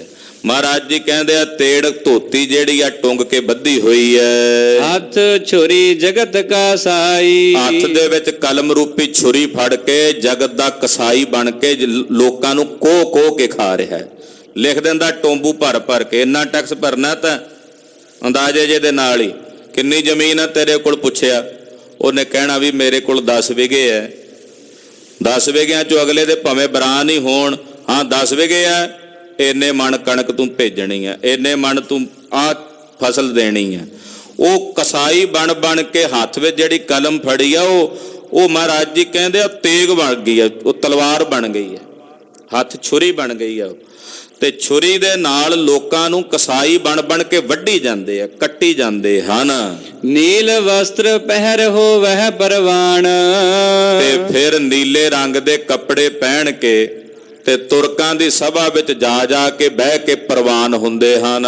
ਮਲੇਛ ਧਨ ਲੈ ਪੂਜੈ ਪੁਰਾਣ, ਮਲੇਛਾਂ ਕੋਲੋਂ ਪੈਸਾ ਲੈਂਦੇ ਆ। ਫਿਰ ਉਹ ਜਿਹੜਾ ਪੈਸਾ ਵੱਧ ਤੋਂ ਵੱਧ ਟੈਕਸ ਇਕੱਠਾ ਕਰਕੇ ਜਜੀਆ, ਇੱਕ ਹੁੰਦਾ ਟੈਕਸ ਜਿਹੜਾ ਦੁਨੀਆ ਦੇ ਭਲੇ ਲਈ, ਸਮਾਜ ਦੇ ਭਲੇ ਲਈ, ਡਿਵੈਲਪਮੈਂਟ ਵਾਸਤੇ ਲੱਗਦਾ। ਇੱਕ ਜਬਰੀ ਬਿਨਾਂ ਗੱਲ ਤੋਂ ਹੀ ਹਰ ਇੱਕ ਚੀਜ਼ ਦੇ ਉੱਤੇ ਹੀ, ਹਰ ਇੱਕ ਥਾਂ ਦੇ ਉੱਤੇ ਹੀ ਜਜੀਆ ਬਣਾ ਕੇ ਲੈਣਾ, ਜ਼ਬਰ ਦੇ ਨਾਲ, ਜ਼ੋਰ ਦੇ ਨਾਲ। ਉਹਦੇ ਵਿੱਚੋਂ ਵੱਧ ਤੋਂ ਵੱਧ ਇਕੱਠਾ ਕਰਕੇ ਨਵਾਬਾਂ ਨੂੰ ਦੇ ਕੇ ਫਿਰ ਹਿੱਸਾ ਆਪ ਲੈਂਦੇ ਸੀਗੇ, ਕਿਉਂਕਿ ਨਾ ਨਵਾਬਾਂ ਨੇ ਅੱਗੇ ਆਪਣੇ ਜਿਹੜੇ ਮੁਨਸ਼ੀ ਬਣਾਏ ਹੋਏ ਸੀ ਨਾ ਟੈਕਸ ਉਗਰਾਉਣ ਵਾਲੇ, ਮੁਨੀਮ ਜਾਂ ਅੱਗੇ, ਉਹ ਖੱਤਰੀ ਸਨ, ਉਹ ਹਿੰਦੂ ਜਾਤੀ ਨਾਲ ਸੰਬੰਧ ਰੱਖਦੇ ਸੀ। ਉਹ ਉਹਨਾਂ ਕੋਲੋਂ, ਲੋਕਾਂ ਕੋਲੋਂ ਲਿਆ ਕੇ ਪੈਸਾ ਅੱਧਾ ਉਹਨਾਂ ਨੂੰ ਦੇਣਾ, ਫਿਰ ਉਹਨਾਂ ਵਿੱਚੋਂ ਆਪ ਹਿੱਸਾ ਲੈਣਾ। ਉਹ ਲਿਆ ਕੇ ਤੇ ਫਿਰ ਪੰਡਤਾਂ ਨੂੰ ਘਰ ਸੱਦ ਕੇ ਉਹਨਾਂ ਕੋਲੋਂ ਪੁਰਾਣ ਦਾ ਪਾਠ ਕਰਾਉਣਾ। ਜੀ ਆਓ ਪੰਡਤ ਜੀ ਸਾਡੇ ਪੁਰਾਣ ਪੜ੍ਹ ਜੋ। ਮਹਾਰਾਜ ਜੀ ਕਹਿੰਦੇ ਮਲੇਛਾਂ ਦਾ ਧਾਨ ਲੈ ਕੇ ਉਹਦੇ ਨਾਲ ਫਿਰ ਪੁਰਾਣ ਪੜ੍ਹਦੇ ਹੋ, ਪੜ੍ਹਾਉਂਦੇ ਹੋ। ਅਭਾਖਿਆ ਕਾ ਕੁੱਠਾ ਬੱਕਰਾ ਖਾਣਾ, ਫਿਰ ਅਭਾਖਿਆਂ ਦਾ ਮਤਲਬ ਹੁੰਦਾ ਵੀ ਮਲੇਛੀ ਤਰੀਕੇ ਦੇ ਨਾਲ ਜਦੋਂ ਕਲਮਾ ਪੜ੍ਹ ਕੇ ਮਲੇਛ ਜਿਹੜੇ ਨੇ ਉਹ ਬੱਕਰਾ ਹਲਾਲ ਕਰਦੇ ਆ, ਵੱਢਦੇ ਆ। ਤੇ ਇਹਨਾਂ ਵਾਸਤੇ ਹਲਾਲ ਜਿਹੜਾ ਤੁਰਕਾਂ ਦੇ ਤਰੀਕੇ ਨਾਲ ਬਣਿਆ ਮਾਸ ਹੈ ਉਹ ਹਿੰਦੂਆਂ ਵਾਸਤੇ ਵਿਹਿਤ ਨਹੀਂ ਸੀ, ਬ੍ਰਾਹਮਣ ਛਤਰੀਆਂ ਵਾਸਤੇ। ਮਹਾਰਾਜ ਜੀ ਕਹਿੰਦੇ ਤੁਸੀਂ ਉਦੋਂ ਉਹ ਨਹੀਂ ਵੇਖਦੇ, ਉਹਨਾਂ ਨਾਲ ਬਹਿ ਕੇ ਇੱਕੋ ਥਾਲੀ 'ਚ ਖਾਣ ਲੱਗ ਪਏ ਹੋ। ਅਭਾਖਿਆਂ ਦਾ ਕੁੱਠਾ ਕੋਇਆ ਹੋਇਆ ਜਿਹੜਾ ਬੱਕਰਾ ਹੈ ਉਹ ਤੁਸੀਂ ਖਾਂਦੇ ਹੋ। ਚੌਕੇ ਉੱਪਰ ਕਿਸੇ ਨਾ ਜਾਣਾ, ਉਦਾਂ ਤੁਸੀਂ ਜਦੋਂ ਚੌਂਕਾ ਬਣਾਉਂਦੇ ਹੋ ਗੋਬਰ ਫੇਰ ਕੇ ਗਊ ਦਾ, ਆਲੇ ਦੁਆਲੇ ਲਕੀਰ ਖਿੱਚ ਦਿੰਦੇ ਹੋ, ਖਬਰਦਾਰ ਜੇ ਸਾਡੇ ਚੌਂਕੇ ਤੇ ਕੋਈ ਆਇਆ ਨੀਵੀਂ ਬਰਾਦਰੀ ਵਾਲਾ ਵੀ ਸਾਡਾ ਚੌਂਕਾ ਪਿੱਟਿਆ ਜਾਏਗਾ, ਪਵਿੱਤਰ ਹੋ ਜਾਏਗਾ। ਕਹਿੰਦੇ ਉਦੋਂ ਪਵਿੱਤਰਤਾ ਕਿੱਥੇ ਜਾਂਦੀ ਹੈ ਤੁਹਾਡੀ, ਜਦੋਂ ਮਲੇਛਾਂ ਦਾ ਕੋਇਆ ਹੋਇਆ ਬੱਕਰਾ ਉਹਨਾਂ ਦੇ ਕੋਲ ਨਾਲ ਬਹਿ ਕੇ ਖਾਂਦੇ ਹੋ, ਉਦੋਂ ਤੁਹਾਡੀ ਪਵਿੱਤਰਤਾ ਕਿੱਥੇ ਜਾਂਦੀ ਹੈ। ਉਹਦਾ ਅੱਗੇ ਪਿੱਛੇ ਤੁਹਾਡੀ ਪਵਿੱਤਰਤਾ ਆ ਗਈ। ਚੌਂਕਾ ਬਣਾ ਲਿਆ ਗੋਬਰ ਫੇਰ ਕੇ, ਹਾਂਜੀ, ਦੇਖ ਚੌਂਕਾ ਕੱਢੀ ਕਾਰ, ਚੌਂਕਾ ਬਣਾ ਕੇ ਨਾ ਗੋਬਰ ਦਾ ਲੇਪ ਕਰਕੇ ਤੇ ਫਿਰ ਉਹਦੇ ਆਲੇ ਦੁਆਲੇ ਲਕੀਰ ਖਿੱਚਦੇ। ਮਹਾਰਾਜ ਜੀ ਨੇ ਜਿਹੜੀ ਫੋਕੀ ਪਵਿੱਤਰਤਾ ਬਾਹਰ ਦੀ ਵੀ ਉੱਥੇ ਉਲਝੇ ਰਹਿਣਾ, ਅੰਦਰੋਂ ਅਪਵਿੱਤਰ ਹੀ ਰਹਿਣਾ, ਫਿਰ ਬਾਹਰਲੀ ਕੱਲੀ ਫੋਕੀ ਪਵਿੱਤਰਤਾ ਦਾ ਗੁਰਦੇਵ ਨੇ ਖੰਡਨ ਕੀਤਾ। ਕੋ ਬੁੱਧ ਡੁੰਮਣੀ, ਕੋ ਦਇਆ ਕਸਾਇਣ, ਪਰ ਨਿੰਦਾ ਘਟ ਚੂਹੜੀ, ਮੁੱਠੀ ਕ੍ਰੋਧ ਚੰਡਾਲ, ਕਾਰੀ ਕੱਢੀ ਕਿਆ ਥੀਆ, ਜਾਂ ਚਾਰੇ ਬੈਠੀਆਂ ਨਾਲ। ਕਬੁੱਧ ਡੂਮਣੀ, ਕੋ ਦਇਆ ਕਸਾਇਣ, ਪਰ ਨਿੰਦਾ ਘਟ ਚੂਹੜੀ, 3 ਹੋ ਗਏ। ਮੁੱਠੀ ਕ੍ਰੋਧ ਚੰਡਾਲ, ਚੌਥਾ 4। ਕਾਰੀ ਕੱਢੀ ਕਿਆ ਥੀਆ, ਜਾਂ ਚਾਰੇ ਬੈਠੀਆਂ ਨਾਲ। ਕਹਿੰਦੇ ਤੇਰੀਆਂ ਲਕੀਰਾਂ ਆਲੇ ਦੁਆਲੇ ਖਿੱਚੀਆਂ ਕੀ ਕਰਦੀਆਂ ਨੇ ਵੀ ਜੇ ਆਹ ਚਾਰੇ ਮਾੜੀਆਂ ਬਿਰਤੀਆਂ ਤੇਰੇ ਨਾਲ ਬੈਠੀਆਂ ਅੰਦਰ, ਕਿਹੜੀਆਂ ਕਿਹੜੀਆਂ। ਕਬੁੱਧ ਡੂਮਣੀ, ਕਬੁੱਧ ਖੋਟੀ ਬੁੱਧੀ ਰੂਪੀ ਡੂਮਣੀ ਮਤਲਬ ਮਰਾਸ਼ਣ, ਖੋਟੀ ਬੁੱਧ ਰੂਪੀ ਮਰਾਸ਼ਣ। ਕੋ ਦਇਆ ਕਸਾਇਣ, ਜਿਹੜੀ ਜੀਵਾਂ ਦੇ ਉੱਤੇ ਦਇਆ ਨਹੀਂ ਰੱਖਦਾ। ਕੁਦਇਆ ਮਤਲਬ ਕਠੋਰ ਪੁਣਾ, ਨਿਰਦਈ ਪੁਣਾ। ਇਹ ਜਿਹੜਾ ਤੇਰੇ ਅੰਦਰ ਇਹ ਕਸਾਈ ਹੈ ਤੇਰੇ ਨਾਲ ਬੈਠਾ ਹੋਇਆ। ਪਰ ਨਿੰਦਾ ਘਟ ਚੂਹੜੀ, ਪਰਾਈ ਨਿੰਦਾ ਰੂਪੀ ਚੂੜੀ ਉਹ ਤੇਰੇ ਅੰਦਰ ਬੈਠੀ ਹੈ। ਭੈੜੀ ਬਿਰਤੀ ਤੇਰੀ ਅੰਦਰ, ਬਾਹਰੋਂ ਜਿਹੜਾ ਗੰਦਗੀ ਸਾਫ਼ ਕਰੇ ਉਹਨੂੰ ਇਹ ਮਾੜੇ ਸ਼ਬਦਾਂ ਨਾਲ ਸੰਬੋਧਨ ਕਰਦਾ। ਜਿਹੜੀ ਅੰਦਰ ਆਪ ਗੰਦਗੀ ਢੋਂਦਾ ਲੋਕਾਂ ਦੀ, ਅਸਲੀ ਤਾਂ ਉਹ ਮਾੜੀ ਬਿਰਤੀ ਸੀ। ਮਹਾਰਾਜ ਜੀ ਕਹਿੰਦੇ ਉਹ ਵੀ ਤੇਰੇ ਅੰਦਰ ਹੈ। ਮੁੱਠੀ ਕ੍ਰੋਧ ਚੰਡਾਲ, ਕਹਿੰਦੇ ਕ੍ਰੋਧ ਰੂਪੀ ਚੰਡਾਲ ਉਹ ਵੀ ਤੇਰੇ ਨਾਲ ਬੈਠਾ। ਬਾਹਰੋਂ ਤੂੰ ਲਕੀਰਾਂ ਖਿੱਚਦਾ ਗੋਬਰ ਦਾ ਲੇਪ ਦੇ ਕੇ ਵੀ ਇਹ ਸਾਡਾ ਪਵਿੱਤਰ ਚੌਂਕਾ ਹੈ ਜੀ, ਇਹਦੇ 'ਚ ਕੋਈ ਦੂਜਾ ਨਾ ਆਵੇ। ਕਹਿੰਦੇ ਦੂਜੇ ਨੇ ਕੀ ਆਉਣਾ ਸੀ, ਪਹਿਲਾਂ ਹੀ ਮਾੜੀਆਂ ਬਿਰਤੀਆਂ ਲੈ ਕੇ ਤੈਂ ਪਵਿੱਤਰ ਕੀਤਾ ਪਿਆ ਚੌਂਕਾ। ਤੂੰ ਕੱਲਾ ਚੌਂਕਾ ਨਹੀਂ, ਤੂੰ ਤਾਂ ਸਾਰੀ ਧਰਤੀ ਪਵਿੱਤਰ ਕਰੀ ਬੈਠਾ। ਤੂੰ ਤਾਂ ਛੱਡੇ ਹੀ ਨਹੀਂ ਕੋਈ ਹਿੱਸਾ, ਜਿੱਥੇ ਜਾਣਾ ਪਵਿੱਤਰਤਾ ਫੈਲਾਈ ਜਾਂਦਾ। ਤੇ ਤੇਰੀਆਂ ਲਕੀਰਾਂ ਖਿੱਚੀਆਂ ਕੀ ਕਰਦੀਆਂ ਨੇ ਜੇ ਚਾਰੇ ਮਾੜੀਆਂ ਬਿਰਤੀਆਂ ਤੇਰੇ ਨਾਲ ਅੰਦਰ ਬੈਠੀਆਂ ਨੇ। ਇੱਥੇ ਵੀ ਮਹਾਰਾਜ ਜੀ ਸੰਬੋਧਨ ਕਰਕੇ ਕਹਿ ਰਹੇ ਨੇ, ਦੁਬਾਰਾ ਪੜ੍ਹੀਏ ਜੀ। ਦੇ ਕੇ ਚੌਂਕਾ ਕੱਢੀ ਕਾਰ, ਕਹਿੰਦੇ ਚੌਂਕਾ ਦੇ ਕੇ ਬਣਾ ਕੇ ਚੰਗੀ ਤਰ੍ਹਾਂ ਲਿਪ ਕੇ ਗੋਬਰ ਫੇਰ ਕੇ ਆਲੇ ਦੁਆਲੇ ਲਕੀਰ ਖਿੱਚੀ ਐ। ਉੱਪਰ ਆਏ ਬੈਠੇ ਕੂੜਿਆਰ, ਕਹਿੰਦੇ ਉੱਤੇ ਆ ਕੇ ਝੂਠੇ ਰੱਜ ਕੇ ਝੂਠੇ ਬਹਿ ਗਏ ਇਕੱਠੇ ਹੋ ਕੇ। ਕੂੜਿਆਰ, ਕੁੜਿਆਰ ਦਾ ਮਤਲਬ ਹੁੰਦਾ ਝੂਠੇ। ਕਹਿੰਦੇ ਉੱਤੇ ਜਿਹੜੇ ਰੱਜ ਕੇ ਝੂਠ ਬੋਲਣ ਵਾਲੇ, ਰੱਜ ਕੇ ਝੂਠ ਬੋਲ ਕੇ ਖਾਣ ਵਾਲੇ, ਛੁਰੀਆਂ ਨਾਲ ਲੋਕਾਂ ਦੇ ਗਲੇ ਵੱਢਣ ਵਾਲੇ, ਕਹਿੰਦੇ ਉਹ ਆ ਕੇ ਬਹਿ ਗਏ ਉੱਤੇ। ਮਤ ਭੇਟੈ ਵੇ ਮਤ ਭੇਟੈ, ਤੇ ਲੋਕਾਂ ਨੂੰ ਕਹਿੰਦੇ ਕਿਤੇ ਉਹ ਨੇੜੇ ਨਾ ਆਇਓ, ਸਾਡੇ ਚੌਂਕੇ ਦੇ ਨੇੜੇ ਨਾ ਆਇਓ, ਤੁਹਾਡੀ ਛਾਂ ਨਾ ਇੱਥੇ ਪੈ ਜੇ ਸਾਡੇ ਚੌਂਕੇ ਤੇ। ਕਿਤੇ ਮਤ ਭਿੱਟੈ, ਮਤ ਭਿੱਟੈ, ਕਿਤੇ ਅਪਵਿੱਤਰ ਨਾ ਹੋ ਜਾਏ। ਇਹੋ ਅੰਨ ਸਾਡਾ ਫਿਟੈ, ਉਹ ਨਾ ਚਲੋ ਪਰੇ ਹੋ ਜਾਓ, ਦੂਰ ਹੋ ਜਾਓ, ਸਾਡੇ ਚੌਂਕੇ ਦੇ ਨੇੜੇ ਨਹੀਂ। ਇਦਾਂ ਕਰਦੇ ਆ, ਸਾਡੇ ਚੌਂਕੇ ਦੇ ਨੇੜੇ ਨਹੀਂ ਆਉਣਾ। ਜੇ ਤੁਹਾਡਾ ਛਾਂ ਪਰਛਾਵਾਂ ਇੱਥੇ ਪੈ ਗਿਆ ਤੇ ਸਾਡਾ ਚੌਂਕਾ ਪਵਿੱਤਰ ਹੋ ਜਾਣਾ, ਸਾਡਾ ਅੰਨ ਅਪਵਿੱਤਰ ਹੋ ਜਾਣਾ। ਤਨ ਫਿਟੈ ਫੇੜ ਕਰੇਨ, ਮਹਾਰਾਜ ਜੀ ਕਹਿੰਦੇ ਉਦਾਂ ਸਰੀਰ ਇਹਨਾਂ ਦੇ ਫਿੱਟੇ ਫਿਰਦੇ ਆ, ਪਵਿੱਤਰ ਨੇ। ਤਨ ਫਿੱਟਾ, ਫਿੱਟਾ ਦਾ ਮਤਲਬ ਸਰੀਰ ਅਪਵਿੱਤਰ ਨੇ। ਕਿਉਂ ਅਪਵਿੱਤਰ ਨੇ? ਕਿਉਂਕਿ ਅਪਵਿੱਤਰ ਸਰੀਰ ਨਾਲ ਅਪਵਿੱਤਰ ਕੰਮ ਕਰਦੇ ਆ, ਮਾੜੇ। ਤਨ ਫਿੱਟੈ ਫੇੜ ਕਰੇਨ, ਜਿਹੜੇ ਪਾਪ ਕਰਦੇ ਆ, ਭੈੜੇ ਕਰਮ ਕਰਦੇ ਆ, ਉਹਨਾਂ ਕਰਮਾਂ ਦੇ ਕਰਕੇ ਇਹਨਾਂ ਦੇ ਤਨ ਤਾਂ ਪਹਿਲਾਂ ਹੀ ਅਪਵਿੱਤਰ ਹੋ ਰਹੇ ਨੇ। ਤੇ ਹੋਰ ਦੱਸੋ ਚੌਂਕਾ ਕਿਹੜਾ ਪਵਿੱਤਰ ਰਹਿ ਗਿਆ ਉੱਥੇ ਜਿਹੜੀਆਂ ਕਾਰਾਂ ਖਿੱਚੀਆਂ ਹੋਈਆਂ ਨੇ। ਮਨ ਝੂਠੈ ਚੁਲੀ ਭਰੇਨ, ਉਹ ਮਨ ਦੇ ਝੂਠਿਓ, ਉਦਾਂ ਚੁਲੀਆਂ ਭਰਦੇ ਹੋ। ਕਹਿੰਦੇ ਅਸੀਂ ਸੁਚਮਤਾ ਦਾ ਪ੍ਰਤੀਕ ਸਾਹਮਣੇ ਵਿਖਾ ਰਹੇ ਹਾਂ, ਪਵਿੱਤਰਤਾ ਵਿਖਾ ਰਹੇ ਹਾਂ। ਕਹੋ ਨਾਨਕ ਸੱਚ ਧਿਆਈਐ, ਪਾਤਸ਼ਾਹ ਕਹਿੰਦੇ ਵੇਲਾ ਹੈ। ਧੰਨ ਗੁਰੂ ਨਾਨਕ ਸਾਹਿਬ ਕਹਿੰਦੇ ਹਾਲੇ ਵੀ ਵੇਲਾ, ਸੱਚ ਨੂੰ ਧਿਆਓ ਜੋ ਸੱਚ ਹੈ, ਸੱਚ ਨੂੰ ਜਾਣੋ, ਜੋ ਸੱਚ ਹੈ ਉਸ ਨੂੰ ਅਰਾਧੋ, ਸੱਚ ਨੂੰ ਧਿਆਵੋ। ਸੁਚ ਹੋਵੇ ਤਾਂ ਸੱਚ ਪਾਈਐ, ਸੋਚ ਤਾਂ ਮੰਨੀ ਜਾਏਗੀ ਜੇ ਤੁਸੀਂ ਸੱਚ ਨੂੰ ਪ੍ਰਾਪਤ ਕਰੋਗੇ। ਸੋਚ ਹੋਵੇ ਤਾਂ ਸੱਚ ਪਾਈਐ। ਕਹਿੰਦੇ ਭਾਈ ਸੋਚ ਵੀ ਤਾਂ ਹੋਣੀ ਹੈ ਜੇ ਸੱਚ ਦੀ ਪ੍ਰਾਪਤੀ ਕਰੋਗੇ ਤਾਂ ਸੱਚ। ਪਵਿੱਤਰਤਾ ਤਦੇ ਹੀ ਹੈ ਨਾ ਜੇ ਤੁਸੀਂ ਪਵਿੱਤਰ ਹਰੀ ਨਾਮ ਨੂੰ ਧਿਆਵੋਗੇ, ਸੱਚ ਨਾਮ ਨੂੰ ਪ੍ਰਾਪਤ ਕਰੋਗੇ। ਇਹ ਸ਼ਲੋਕ ਮਹਾਰਾਜ ਜੀ ਨੇ ਉਚਾਰਨ ਕਰਕੇ ਇਹਨਾਂ ਨੂੰ ਉਪਦੇਸ਼ ਦਿੱਤਾ। ਚੌਪਈ ਸੁਨ ਸਤ ਗੁਰ ਤੇ ਤਰਕ ਸਮੇਤਾ, ਧੰਨ ਗੁਰੂ ਨਾਨਕ ਸਾਹਿਬ ਜੀ ਦੇ ਅੰਮ੍ਰਿਤ ਬਚਨ ਜੋ ਤਰਕ ਦੇ ਨਾਲ ਮਹਾਰਾਜ ਜੀ ਨੇ ਉਚਾਰਨ ਕੀਤੇ। ਇਹਦੇ ਚ ਸ਼ਬਦਾਂ ਵਿੱਚ ਤਰਕ ਸੀ, ਉਸ ਵੇਲੇ ਦਾ ਬੜਾ ਵੱਡਾ ਤਰਕ। ਉਸ ਵੇਲੇ ਦੀ ਜਿਹੜੀ ਸਮਾਜ ਦੀ ਵਿਵਸਥਾ ਸੀ, ਉਹਦੇ ਚ ਜੋ ਕੁਝ ਮਾੜਾ ਹੋ ਰਿਹਾ ਸੀ, ਮਹਾਰਾਜ ਜੀ ਨੇ ਉਹਦੇ ਤੇ ਤਰਕ ਕੀਤਾ, ਬੜੇ ਵੱਡੇ ਪੱਧਰ ਤੇ ਤਰਕ ਕੀਤਾ ਕਿ ਕਿਵੇਂ ਰਿਸ਼ਵਤਖੋਰੀ ਨਾਲ, ਜ਼ਬਰਦਸਤੀ ਤਰੀਕੇ ਦੇ ਨਾਲ ਲੋਕਾਂ ਕੋਲੋਂ ਜਜ਼ੀਆ ਲਿਆ ਜਾ ਰਿਹਾ ਸੀ, ਕਿਹੋ ਜਿਹਾ ਵਰਤਾਰਾ ਸੀ। ਉਹਦਾ ਤਰਕ ਮਹਾਰਾਜ ਸੱਚੇ ਪਾਤਸ਼ਾਹ ਨੇ ਕੀਤਾ ਹੈ। ਇਸ ਤਰਕ ਦੇ ਸਮੇਤ ਬਚਨ ਸੁਣ ਕੇ ਪਰਿਓ ਚਰਨ ਖੱਤਰੀ ਚਿਤ ਚੇਤਾ, ਉਹ ਜਿਹੜਾ ਖੱਤਰੀ ਸੀ ਖਲੋਤਾ, ਉਹ ਮਹਾਰਾਜ ਜੀ ਦੇ ਚਰਨਾਂ ਤੇ ਟਹਿ ਪਿਆ। ਉਹਨੂੰ ਸੋਝੀ ਆ ਗਈ, ਸਮਝ ਪੈ ਗਈ ਕਿ ਮਹਾਰਾਜ ਸੱਚੇ ਪਾਤਸ਼ਾਹ ਨੇ ਜੋ ਕਿਹਾ ਇੱਕ ਇੱਕ ਬਚਨ ਸੱਚ ਹੈ। ਉਹਨੂੰ ਸਮਝ ਪੈ ਗਈ ਕਿਉਂਕਿ ਸਮਝਾਉਣ ਵਾਲੇ ਗੁਰੂ ਨਾਨਕ ਸਾਹਿਬ ਸਨ। ਜਿਹਨੂੰ ਸਮਝਾ ਦਿੰਦੇ ਐ ਉਹਨੂੰ ਤਾਂ ਫਿਰ ਝੱਟ ਨਹੀਂ ਲਾਉਂਦੇ, ਬਸ ਫਿਰ ਤਾਂ ਅੱਖ ਦੇ ਫੋਰ 'ਚ ਹੀ ਸਮਝਾ ਦਿੰਦੇ ਐ। ਜਿਹਦੇ ਤੇ ਰੀਝਣਾ ਹੋਵੇ, ਜਿਹਦੇ ਤੇ ਦਇਆ ਦੇ ਘਰ ਵਿੱਚ ਆਉਣਾ ਹੋਵੇ। ਕਹਿੰਦੇ ਉਹ ਛਤਰੀ ਜਿਹੜਾ ਸੀ ਉੱਥੇ ਖੜਾ ਲੜਦਾ ਸੀ ਨਾ ਬਾਹਮਣ ਨਾਲ, ਉਹ ਮਹਾਰਾਜ ਜੀ ਦੇ ਚਰਨਾਂ ਤੇ ਟਹਿ ਪਿਆ।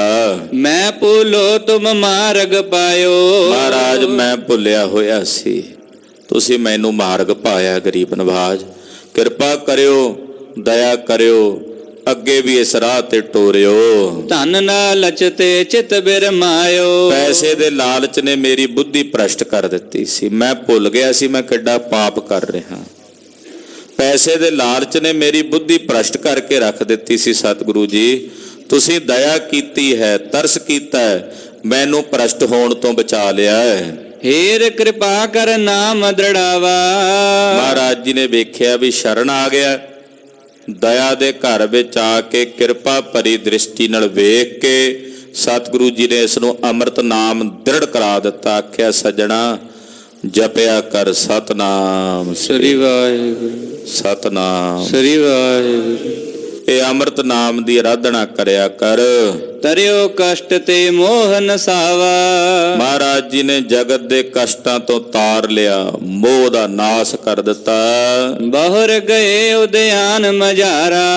ਸਤਿਗੁਰੂ ਜੀ ਨੇ ਦਇਆ ਕੀਤੀ। ਉੱਥੋਂ ਅੱਗੇ ਬਨ ਜੰਗਲ ਸੀ ਸੁਲਤਾਨਪੁਰ ਸਾਹਿਬ ਦੇ ਨੇੜੇ। ਸਤਿਗੁਰੂ ਜੀ ਜੰਗਲ ਵਾਲੇ ਪਾਸੇ ਨੂੰ ਨਿਕਲ ਗਏ। ਵੈਸੇ ਤਹਿ ਜਗ ਗੁਰ ਕਰਤਾਰਾ। ਜਿੱਥੇ ਬਿਲਕੁਲ ਹੀ ਇਕਾਂਤ ਸੀ ਸਤਿਗੁਰੂ ਜੀ ਉੱਥੇ ਜਾ ਕੇ ਬੈਠ ਗਏ। ਜਗਤ ਕਰਤਾਰ ਸਤਿਗੁਰੂ ਜੀ ਇਕਾਂਤ ਵਿੱਚ ਬੈਠੇ ਹਨ।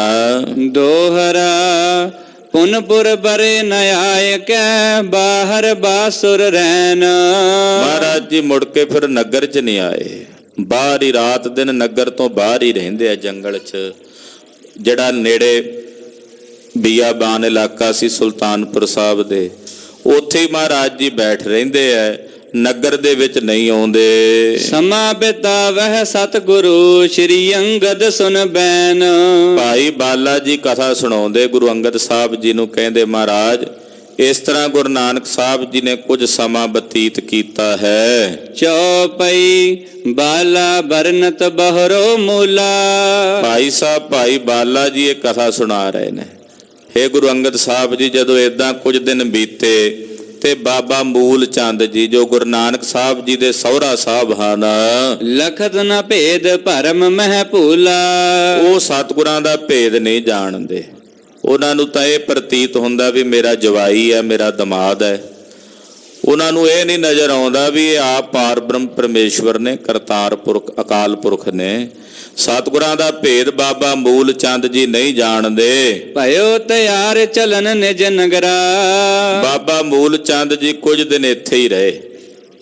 ਫਿਰ ਉਹਨਾਂ ਨੇ ਵਾਪਸ ਆਪਣੇ ਨਗਰ ਜਾਣ ਦੀ ਤਿਆਰੀ ਕੀਤੀ। ਸਦਨ ਸੰਭਾਰਨ ਕਾਰਜ ਸਗਰਾ। ਕਿਉਂਕਿ ਕਈ ਦਿਨਾਂ ਤੋਂ ਆਏ ਸੀ ਇੱਥੇ। ਪਿੱਛੇ ਬਟਾਲੇ ਵਿੱਚ ਪਟਵਾਰੀ ਦਾ ਕੰਮ ਸੀ ਬਾਬੇ ਮੂਲ ਚੰਦ ਦਾ, ਤੇ ਘਰ ਦੇ ਕੰਮਕਾਰ ਜਿਹੜੇ ਸਨ ਉਹ ਕਈ ਰੁਕੇ ਹੋਏ ਸੀ। ਉਹ ਕਰਨ ਵਾਸਤੇ ਬਾਬਾ ਮੂਲ ਚੰਦ ਜੀ ਨੇ ਵਾਪਸੀ ਦੀ ਤਿਆਰੀ ਕੀਤੀ। ਆਨਨ ਸੋ ਇਵ ਗਿਰਾ ਉਚਾਰੀ। ਬੋਲੇ, ਕਹਿਣ ਲੱਗੇ ਬਾਬਾ ਮੂਲ ਚੰਦ ਜੀ, ਸੁਨਹੁ ਸੁਲਖਣੀ ਸੁਤਾ ਹਮਾਰੀ। ਮਾਤਾ ਸੁਲੱਖਣੀ ਜੀ ਨੂੰ ਕਹਿਣ ਲੱਗੇ, ਹੇ ਪੁੱਤਰ ਸੁਲੱਖਣੀ, ਕਿਉਂਕਿ ਮਾਤਾ ਸੁਲੱਖਣੀ ਦੇ ਪਿਤਾ ਜੀ ਨੇ ਬਾਬਾ ਮੂਲ ਚੰਦ ਜੀ। ਕਹਿੰਦੇ ਧੀ ਰਾਣੀਏ ਸੁਲੱਖਣੀ ਸੁਣ, ਇਹ ਠਾਂ ਅਬ ਨਾ ਤੋਰ ਕਛ ਕਾਜਾ। ਹੁਣ ਇੱਥੇ ਤੇਰਾ ਕੋਈ ਕੰਮ ਨਹੀਂ ਧੀਏ, ਕਿਉਂਕਿ ਤੇਰਾ ਪਤੀ ਜਿਹੜਾ ਹੁਣ ਉਹ ਫਕੀਰ ਹੋ ਗਿਆ, ਉਹਨੇ ਘਰ ਨਹੀਂ ਜੇ ਆਉਣਾ, ਮੈਂ ਜਾਣ ਲਿਆ। ਤੇ ਤੂੰ ਇੱਥੇ ਇਕੱਲੀ ਕਿਹਦੇ ਆਸਰੇ ਰਹਿਣਾ? ਬੱਚੇ ਤੇਰੇ ਛੋਟੇ ਐ। ਬਾਬਾ ਮੂਲ ਚੰਦ ਜੀ ਕਹਿੰਦੇ ਧੀ ਰਾਣੀਏ ਤੇਰਾ ਇੱਥੇ ਹੁਣ ਕੋਈ ਕੰਮ ਨਹੀਂ। ਤਵ ਪਤ ਭਾ ਫਕੀਰ ਤਜ ਲਾਜਾ। ਆਪਣੀ ਕੁੱਲ ਦੀ ਲਾਜ ਛੱਡ ਕੇ, ਸ਼ਰਮ ਛੱਡ ਕੇ, ਤੇਰਾ ਜਿਹੜਾ ਪਤੀ ਆ ਉਹ ਫਕੀਰ ਹੋ ਗਿਆ, ਨਾਨਕ ਫਕੀਰ ਬਣ ਗਿਆ। ਅਪਰਹ ਕਵਨ ਕਰਹਿ ਨਿਰਬਹਿਵਾ। ਹਾਂ, ਹੁਣ ਤੂੰ ਇੱਥੇ ਕਿਵੇਂ ਆਪਣੇ ਜੀਵਨ ਦਾ ਨਿਰਵਾਹ ਕਰੇਂਗੀ? ਸਦਨ ਚਲਹੁ ਮੁਝ ਹੋਇ ਸੁਖ ਤਹਿਵਾ। ਤੂੰ ਮੇਰੇ ਨਾਲ ਘਰ ਚੱਲ ਤੇ ਤੈਨੂੰ ਉੱਥੇ ਸਾਰੀਆਂ ਸੁੱਖ ਸਹੂਲਤਾਂ ਮਿਲਣਗੀਆਂ ਤੇ ਪਰਿਵਾਰ ਦੇ ਵਿੱਚ ਤੂੰ ਟੱਕੀ ਰਹੇਂਗੀ। ਕਰਮ ਮੰਦ ਹੈ ਸੁਤਾ ਤੁਮਾਰੇ। ਕੀ ਕਰਾਂ ਧੀਏ, ਤੇਰੇ ਕਰਮ ਹੀ ਮਾੜੇ ਸਨ। ਏਦਾਂ ਕਹਿੰਦੇ ਬਾਬਾ ਮੂਲ ਚੰਦ ਜੀ। ਮੈਂ ਤਾਂ ਬੜੇ ਸੋਹਣਾ ਘਰ ਵੇਖ ਕੇ, ਵਰ ਵੇਖ ਕੇ ਤੈਨੂੰ ਵਿਆਹਿਆ ਸੀ ਇੱਥੇ। ਮੈਨੂੰ ਕੀ ਪਤਾ ਸੀ ਕਿ ਧੀਏ ਆ ਕੁਝ ਹੋਣਾ, ਵੀ ਤੇਰੇ ਪਤੀ ਨੇ ਫਕੀਰ ਬਣ ਜਾਣਾ। ਤੇਰੇ ਤਾਂ ਕਰਮ ਹੀ ਕੋਈ ਮਾੜੇ ਸਨ। ਘਰ ਉਜਰਿਓ ਇਸ ਹਾਲ ਬਤਾਰੇ। ਤੇ ਏਦਾਂ ਤੇਰਾ ਘਰ ਉਜੜ ਗਿਆ। ਤੇਰਾ ਪਤੀ ਹੁੰਦਿਆਂ ਹੋਇਆਂ ਵੀ ਨਾਂ ਦੇ ਬਰਾਬਰ ਹੈ ਪਰ ਨਾਂ ਦੇ ਬਰਾਬਰ ਹੈ। ਤੇਰਾ ਘਰ ਉਜੜ ਗਿਆ। ਦੋਹਰਾ ਭਨਤ ਨਾਨਕੀ ਬਦਨ ਤੇ ਇਉ ਨ ਬਨੈ ਇਹ ਬਾਤ। ਲਾਗੇ ਬੇਬੇ ਨਾਨਕੀ ਜੀ ਬੈਠੇ ਸੀ। ਉਹ ਕੋਲੋਂ ਬੋਲੇ, ਕਹਿਣ ਲੱਗੇ ਮਾਸੜ ਜੀ ਏਦਾਂ ਦੀਆਂ ਗੱਲਾਂ ਨਾ ਕਰੋ। ਬਾਬੇ ਮੂਲ ਚੰਦ ਨੂੰ ਕਹਿੰਦੇ ਬੇਬੇ ਨਾਨਕੀ ਜੀ, ਮਾਸੜ ਜੀ ਇਦਾਂ ਦੀਆਂ ਗੱਲਾਂ ਨਾ ਕਰੋ। ਕਿਉਂ ਭਰਜਾਈ ਕੋ ਅਬੈ ਜਾਣ ਦਿਓ ਸੰਗਤਾਤ। ਮੈਂ ਆਪਣੀ ਭਰਜਾਈ ਨੂੰ ਤੁਹਾਡੇ ਨਾਲ ਕਿਵੇਂ ਜਾਣ ਦਿਆਂ? ਮੈਂ ਨਹੀਂ ਜਾਣ ਦਿੰਦੀ, ਮੈਂ ਨਹੀਂ ਇੱਥੇ ਬੈਠੀ। ਬੇਬੇ ਨਾਨਕੀ ਜੀ ਕਹਿੰਦੇ ਮੈਂ ਆਪਣੀ ਭਰਜਾਈ ਨੂੰ ਕਿਵੇਂ ਤੁਹਾਡੇ ਨਾਲ ਜਾਣ ਦਿਆਂ? ਚੌਪਈ ਇਕ ਤੋ ਕਰੀ ਪ੍ਰਾਤ ਗਤ ਐਸੇ। ਇੱਕ ਤਾਂ ਮੇਰੇ ਵੀਰ ਨੇ ਖੇਡ ਵਰਤਾ ਦਿੱਤੀ ਆ, ਉਹ ਫਕੀਰ ਹੋ ਗਏ ਹਨ। ਦੁਤੀ ਜਾਤ ਭਰਜਾਈ ਤੈਸੇ। ਤੇ ਮੇਰਾ ਵੀਰ ਘਰੋਂ ਬਾਹਰ ਚਲਾ ਗਿਆ ਤੇ ਦੂਜੀ ਮੇਰੀ ਭਰਜਾਈ ਵੀ ਟੁਰ ਗਈ, ਮੇਰੇ ਭਰਾ ਦਾ ਤਾਂ ਘਰ ਖਾਲੀ ਹੋ ਜਾਏਗਾ। ਬੇਬੇ ਨਾਨਕੀ ਕਹਿੰਦੀ ਮੇਰੇ ਵੀਰ ਦਾ ਘਰ ਮੈਂ ਭਰਿਆ ਵੇਖ ਕੇ ਖੁਸ਼ ਹਾਂ। ਜੇ ਇੱਕ ਪਾਸੇ ਮੇਰੇ ਵੀਰ ਨੇ ਆਹ ਗੱਤ ਕੀਤੀ ਉਹਦੀਆਂ ਉਹ ਜਾਣੇ, ਤੇ ਦੂਜਾ ਮੇਰੀ ਭਰਜਾਈ ਵੀ ਘਰੋਂ ਚਲੀ ਜਾਏ ਆਪਣੇ ਪੇਕੇ ਘਰ, ਤੇ ਮੇਰੇ ਭਰਾ ਦਾ ਘਰ ਖਾਲੀ ਹੋਇਆ, ਮੈਂ ਕਿਵੇਂ ਵੇਖਾਂਗੀ? ਕਿਹ ਵਿਦਿਓਰ ਮੈਂ ਧੀਰਜ ਧਰ ਹੋ। ਮੈਂ ਕਿਵੇਂ ਧੀਰਜ ਰੱਖਾਂਗੀ ਜਦੋਂ ਵੇਖਾਂਗੀ ਆਪਣੇ ਭਰਾ ਦੇ ਘਰ ਨੂੰ ਤਾਲਾ ਵੱਜਾ? ਨਿਜ ਮਨ ਪਰਚਾ ਕਿਹ ਸੰਗ ਕਰ ਹੋ। ਮੈਂ ਆਪਣਾ ਮਨ ਕਿਹਦੇ ਨਾਲ ਪਰਚਾਵਾਂਗੀ? ਮੇਰਾ ਮਨ ਤਾਂ ਭਰਜਾਈ ਨਾਲ ਆ, ਮੇਰੇ ਭਤੀਜਿਆਂ ਨਾਲ ਮੇਰਾ ਮਨ ਪਰਚਾ। ਬੇਬੇ ਨਾਨਕੀ ਦੀ ਆਪਣੀ ਸੰਤਾਨ ਨਹੀਂ ਸੀ। ਬੇਬੇ ਜੀ ਨੇ ਬਾਬਾ ਸ਼੍ਰੀ ਚੰਦ ਜੀ ਨੂੰ ਆਪਣਾ ਪੁੱਤਰ ਜਾਣ ਕੇ ਪਾਲਿਆ ਸੀ। ਜਦੋਂ ਬਾਬਾ ਜੀ ਦਾ ਜਨਮ ਹੋਇਆ ਤੇ ਸਤਿਗੁਰਾਂ ਆਖਿਆ ਬੇਬੇ ਇਹ ਪੁੱਤ ਅਸੀਂ ਤੁਹਾਡੀ ਝੋਲੀ 'ਚ ਪਾਉਨੇ ਆ, ਇਹ ਤੁਹਾਡਾ ਪੁੱਤ ਹੈ। ਤੋ ਬੇਬੇ ਨਾਨਕੀ ਜੀ ਕਹਿੰਦੇ ਤੁਸੀਂ ਇਹਨਾਂ ਨੂੰ ਲੈ ਗਏ ਤੇ ਮੈਂ ਕਿਹਦੇ ਨਾਲ ਆਪਣਾ ਇੱਥੇ ਮਨ ਪਰਚਾਵਾਂਗੀ? ਚੰਦੋ ਰਾਣੀ ਬੈਨ ਅਲਾਏ। ਲਾਗੇ ਮਾਤਾ ਚੰਦੋ ਰਾਣੀ ਵੀ ਬੈਠੀ ਸੀ, ਮਾਤਾ ਸੁਲੱਖਣੀ ਦੀ ਮਾਤਾ। ਉਹ ਕੋਲੋਂ ਬੋਲੀ ਕਿਹ ਅਵਲੰਬ ਰਹਿ ਇਹ ਜਾਏ। ਕਹਿਣ ਲੱਗੀ ਨਾਨਕੀ ਤੂੰ ਸਿਆਣੀ ਐ, ਦੱਸ ਵੀ ਮੈਂ ਆਪਣੀ ਧੀ ਨੂੰ ਇੱਥੇ ਕਿਹਦੇ ਆਸਰੇ ਛੱਡਾਂ? ਭਰਾ ਤੇਰਾ ਤਾਂ ਘਰ ਛੱਡ ਕੇ ਚਲਾ ਗਿਆ, ਬਾਹਰ ਫਕੀਰ ਹੋ ਗਿਆ, ਇਹਨੂੰ ਮੈਂ ਕਿਹਦੇ ਆਸਰੇ ਛੱਡਾਂ? ਜਿਹ ਕੋ ਭਰਤਾ ਭਇਓ ਫਕੀਰਾ।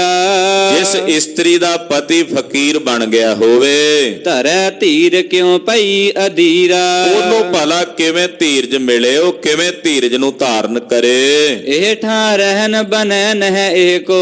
ਇੱਥੇ ਨਹੀਂ ਮੇਰੀ ਧੀ ਦਾ ਰਹਿਣਾ ਬਣਦਾ, ਮੈਂ ਆਪਣੀ ਧੀ ਨੂੰ ਇੱਥੇ ਨਹੀਂ ਛੱਡਣਾ। ਨਿਕਟ ਨ ਸਾਸ ਸਸੁਰ ਘਰ ਜੇ ਕੋ। ਆ ਜੇ ਸੱਸ ਸਹੁਰਾ ਹੁੰਦੇ ਇੱਥੇ ਨੇੜੇ ਤਾਂ ਵੀ ਗੱਲ ਹੋਰ ਹੁੰਦੀ।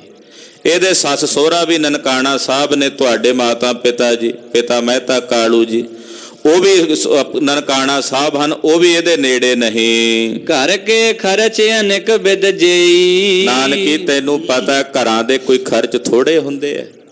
ਪਰਿਵਾਰ ਹੈ, ਬੱਚੇ ਨੇ, ਪਾਲਨੇ ਨੇ, ਘਰ ਦੇ ਕਿੰਨੇ ਖਰਚ ਨੇ, ਉਹ ਕਿਵੇਂ ਚੱਲਣਗੇ ਇਹਦੇ? ਹੇਤੂ ਬਿਨਾ ਕੋ ਸਾਰ ਨ ਲਈ। ਕੋਈ ਤੂੰ ਨਾ ਹੋਵੇ ਕਿਸੇ ਨੇ ਸਾਰ ਨਹੀਂ ਲੈਣੀ ਮੇਰੀ ਧੀ ਰਾਣੀ ਦੀ। ਦੋਹਰਾ ਅਹ ਆਤਮਜ ਬੈਸ ਲਗ ਹਿਰਦੇ ਨ ਸੁਧ ਤਿਨ ਕੋਏ। ਤੇ ਹਾਲੇ ਬੱਚੇ ਵੀ ਛੋਟੇ ਛੋਟੇ ਨੂੰ, ਉਹਨਾਂ ਨੂੰ ਵੀ ਕੋਈ ਸੁਰਤ ਕੋਈ ਨਹੀਂ, ਸੰਭਾਲ ਕੋਈ ਨਹੀਂ। ਪਿਤਾ ਨਯਨ ਦੁਲਾਰਹੀ ਪੇ ਅਨਾਥ ਸਮ ਸੋਏ। ਮੇਰੇ ਤਾਂ ਕਾਲਜੇ ਨੂੰ ਹੌਲ ਪੈਂਦੇ ਐ ਨਾਨਕੀ ਕਿ ਨਿੱਕੇ ਨਿੱਕੇ ਬੱਚੇ ਨੇ, ਪਿਓ ਕੋਲ ਨਹੀਂ। ਮੇਰੇ ਇਹ ਬੱਚੇ ਮੇਰੇ ਦੋਤਰੇ ਤਾਂ ਪਿਓ ਦੇ ਹੁੰਦਿਆਂ ਹੀ ਅਨਾਥ ਹੋ ਗਏ ਨੇ। ਇਹਨਾਂ ਨੂੰ ਕੋਈ ਆਲ ਕੇ ਦੁਲਾਰਨ ਵਾਲਾ ਨਹੀਂ, ਘੁੱਟ ਕੇ ਆਪਣੀ ਹਿੱਕ ਨਾਲ ਲਾਣ ਵਾਲਾ ਨਹੀਂ। ਮੈਂ ਤਾਂ ਵੇਖ ਵੇਖ ਕੇ ਦੁਖੀ ਹੋ ਰਹੀ ਆ। ਚੌਪਈ ਕਿਹ ਆਧਾਰ ਇਹ ਦੋ ਬਾਲਕ।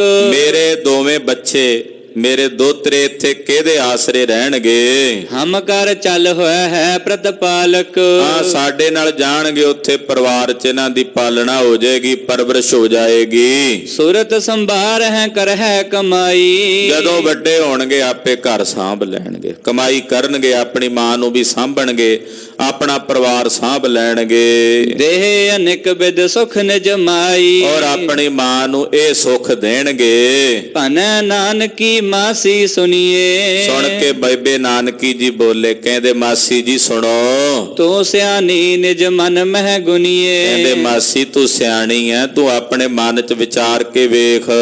ਭਰਾਤਾ ਪਰਮੇਸ਼ਰ ਸਮਰੂਪਾ।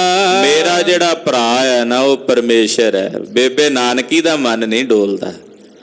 ਬੇਬੇ ਜੀ ਕਹਿੰਦੇ ਮੇਰਾ ਭਰਾ ਉਹ ਪਾਰ ਬ੍ਰਹਮ ਪਰਮੇਸ਼ਰ ਦਾ ਰੂਪ ਹੈ। ਜਿਹ ਕੇ ਕਰਤਬ ਜਗਤ ਅਨੂਪਾ।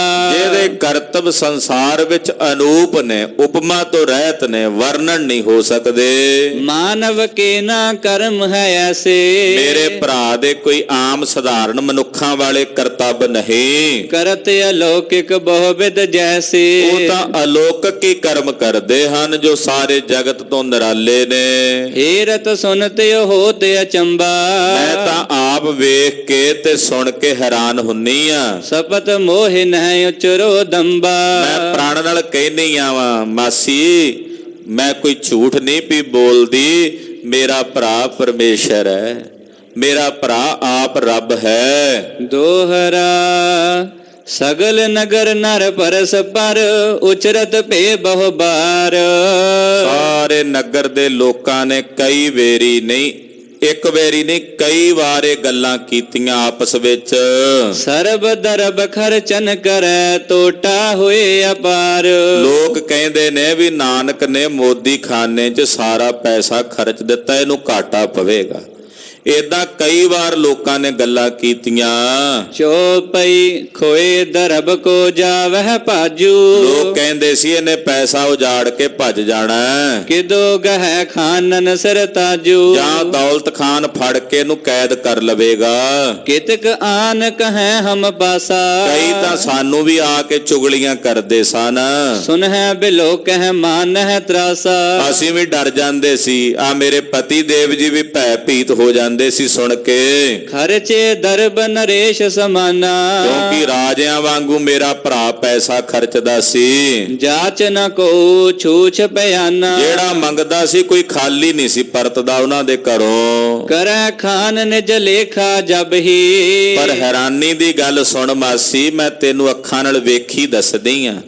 ਜਦੋਂ ਦੌਲਤ ਖਾਨ ਹਿਸਾਬ ਕਿਤਾਬ ਕਰਦਾ ਸੀ, ਬਾਕੀ ਨਿਕਸੈ ਅਦ ਕਹਿ ਤਬ ਹੀ। ਵਾਧਾ ਮੇਰੇ ਵੀਰ ਦਾ ਹੀ ਨਿਕਲਦਾ ਸੀ ਉਹਦੇ ਵੱਲ। ਜਿੰਨੀ ਵੇਰੀ ਵੀ ਹਿਸਾਬ ਕਿਤਾਬ ਹੋਇਆ। ਪੁਨ ਵੇਈ ਮਹਿ ਬਾਸੁਰ ਤੀਨਾ, ਫਿਰ ਮਾਸੀ ਦੱਸ, ਕੋਈ ਪਾਣੀ 'ਚ ਬੰਦਾ 3 ਦਿਨ ਜਿਉਂਦਾ ਰਹਿ ਸਕਦਾ? 3 ਦਿਨ ਤੱਕ ਪਾਣੀ 'ਚ ਅਲੋਪ ਰਹੇ ਖੋਜ ਨਹਿ ਕਾਹੂ ਚੀਨਾ। ਅਸੀਂ ਲੱਭਦੇ ਰਹੇ, ਭਾਲਦੇ ਰਹੇ, ਜਾਲ ਪਾ ਪਾ ਕੇ ਵੇਖਦੇ ਰਹੇ, ਨਹੀਂ ਮਿਲੇ। ਆਨ ਦੁਕਾਨ ਹੈ ਸਰਬ ਲੁਟਾਈ, 3 ਦਿਨਾਂ ਬਾਅਦ ਪ੍ਰਗਟ ਹੋਏ ਤੇ ਸਾਰੀ ਦੁਕਾਨ ਲੁਟਾ ਦਿੱਤੀ। ਲੂਟਤ ਤ੍ਰਿਪਤੇ ਤੋਟ ਨ ਆਈ, ਪਰ ਫਿਰ ਵੀ ਘਾਟਾ ਨਹੀਂ ਪਿਆ ਦੁਕਾਨ 'ਚੋਂ। ਜਦੋਂ ਗਿਣਤੀ ਕੀਤੀ ਤੇ 760 ਰੁਪਇਆ ਵਾਧਾ ਨਿਕਲਿਆ। ਮਾਸੀ ਔਰ ਭਾਈ ਇਹ ਬਾਤਾ, ਮਾਸੀ ਇੱਕ ਗੱਲ ਹੋਰ ਮੈਂ ਤੈਨੂੰ ਸੁਣਾਵਾਂ। ਜੋ ਮਸੀਤ ਸਭ ਤੁਮ ਬਖਿਆਤਾ, ਜਿਹੜੀ ਮਸੀਤ ਵਿੱਚ ਹੋਈ, ਕਿਵੇਂ ਉਹਨਾਂ ਦੇ ਦਿਲਾਂ ਦੀਆਂ ਬੁੱਝ ਕੇ ਦੱਸ ਦਿੱਤੀਆਂ ਅੰਤਰਯਾਮਤਾ ਨਾਲ। ਸ਼ਕਤ ਨ ਐਸੀ ਕਿਹ ਨਰ ਮਾਹੀ, ਇਹ ਸ਼ਕਤੀ ਕਿਸੇ ਸਧਾਰਨ ਬੰਦੇ 'ਚ ਨਹੀਂ ਹੋ ਸਕਦੀ। ਵਰਤੀ ਹਿਰਦੇ ਬਤਾਵਹਿ ਕਿ ਤਾਈ, ਕਿਸੇ ਦੇ ਅੰਦਰ ਮਨ 'ਚ ਬੁੱਝ ਲੈਣੀ ਉਹਦੇ ਅੰਦਰ ਕੀ ਵਰਤ ਰਹੀ ਹੈ, ਇਹ ਕੇਵਲ ਗੁਰੂ ਨਾਨਕ ਸਾਹਿਬ ਜੀ ਨੇ ਜਾਣਿਆ। ਦੋਹਰਾ ਪਰ ਜਾਈ ਪਰ ਕ੍ਰੋਧ ਕੁਛ, ਜੇ ਕਰ ਤੋ ਮਮ ਭਰਾਤ। ਹਾਂ, ਜੇ ਮੇਰੀ ਭਰਜਾਈ ਦੇ ਉੱਤੇ ਮੇਰਾ ਭਰਾ ਕੋਈ ਗੁੱਸਾ ਕਰਦਾ, ਹਾਥ ਬੰਦ ਕਰ ਬੇਨਤੀ, ਬਖਸ਼ਾਵਤ ਸਭ ਭਾਂਤ। ਮੈਂ ਹੱਥ ਜੋੜ ਕੇ ਬੇਨਤੀ ਕਰਕੇ ਭਰਾ ਕੋਲੋਂ ਬਖਸ਼ਾ ਲੈਂਦੀ। ਚੌਪਈ ਰੋਸ ਰਤੀਕ ਨ ਹੈ ਮਨ ਮਾਹੀ, ਪਰ ਮੇਰੇ ਭਰਾ ਦੇ ਅੰਦਰ ਤਾਂ ਕੋਈ ਮਾੜਾ ਮੋਟਾ ਰੋਸ ਹੈ ਹੀ ਨਹੀਂ। ਉਹ ਤਾਂ ਕਦੇ ਗੁੱਸੇ ਵਿੱਚ ਇਹਦੇ ਤੇ ਆਏ ਹੀ ਨਹੀਂ।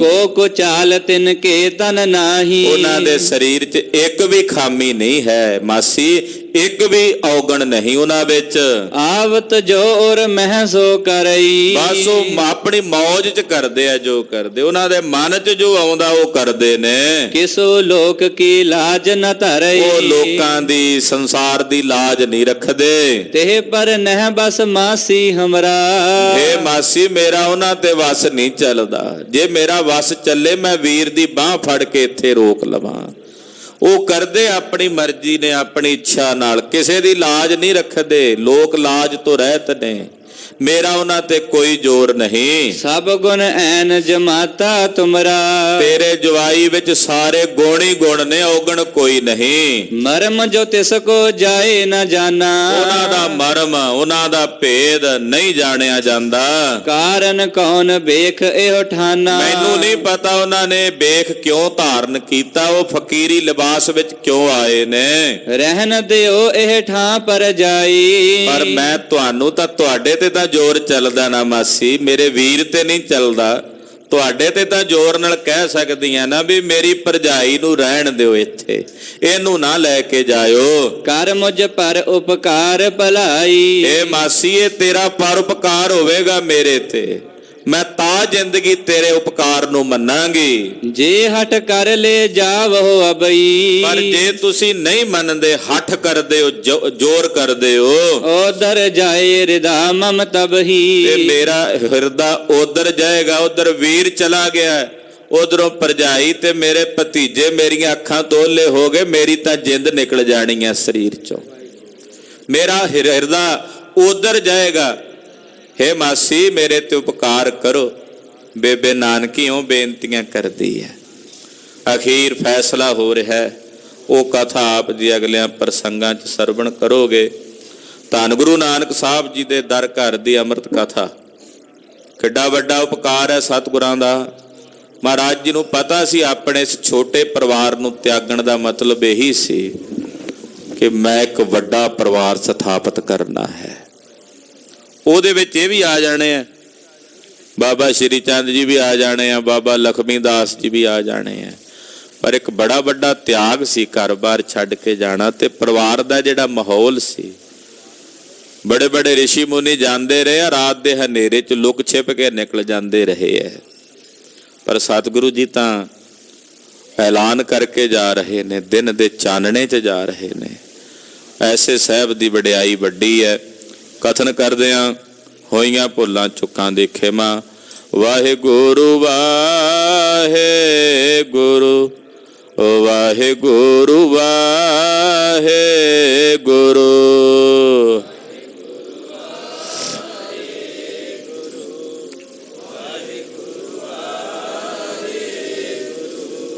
ਮਿੱਤਰ ਪਿਆਰੇ ਨੂੰ, ਮਿੱਤਰ ਪਿਆਰੇ ਨੂੰ,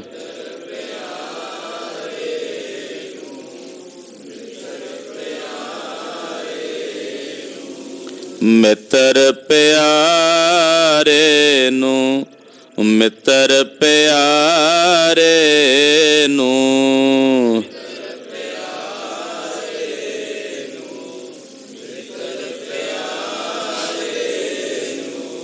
ਹਾਲ ਮੁਰੀਦਾਂ ਦਾ ਕਹਿਣਾ, ਹਾਲ ਮੁਰੀਦਾਂ ਦਾ ਕਹਿਣਾ, ਹਾਲ ਮੁਰੀਦਾਂ ਦਾ ਕਹਿਣਾ, ਹਾਲ ਮੁਰੀਦਾਂ ਦਾ ਕਹਿਣਾ, ਹਾਲ ਮੁਰੀਦਾਂ ਦਾ ਕਹਿਣਾ, ਹਾਲ ਮੁਰੀਦਾਂ ਦਾ ਕਹਿਣਾ, ਹਾਲ ਮੁਰੀਦਾਂ ਦਾ ਕਹਿਣਾ, ਹਾਲ ਮੁਰੀਦਾਂ ਦਾ ਕਹਿਣਾ।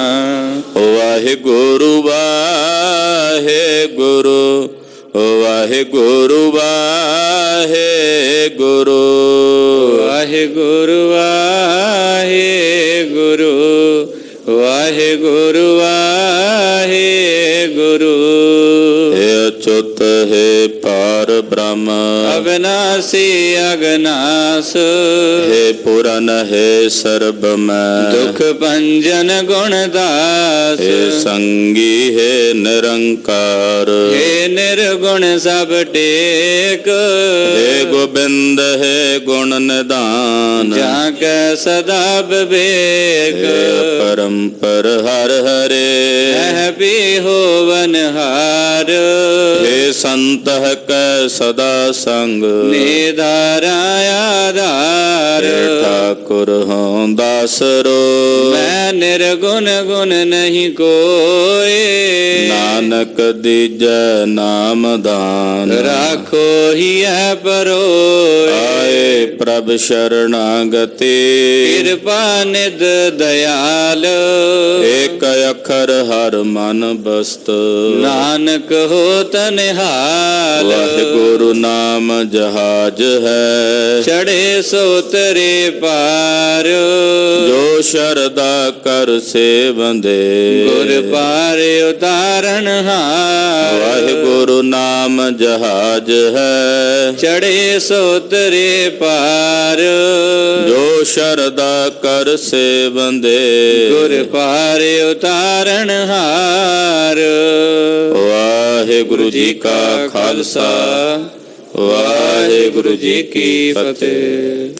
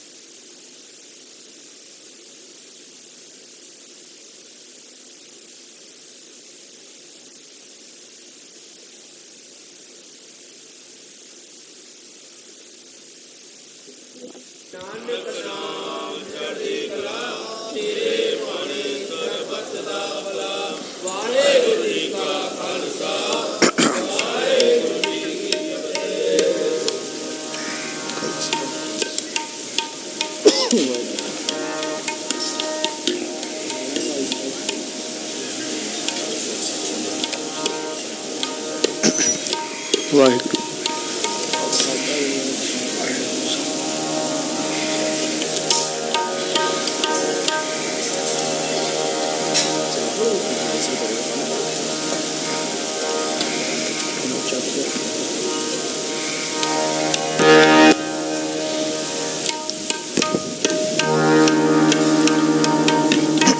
ਵਾਹਿਗੁਰੂ।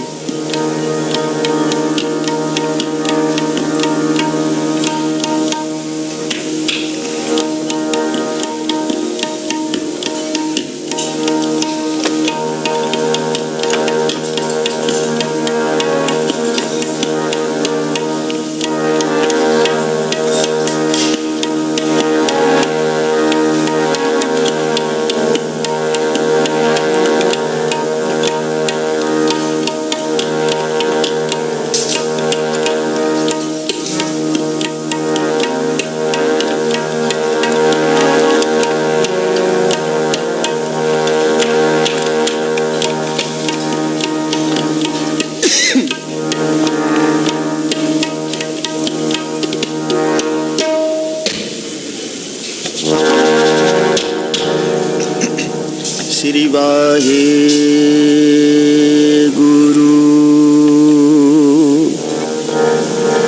ਸਾਹਿਬ ਜੀਓ।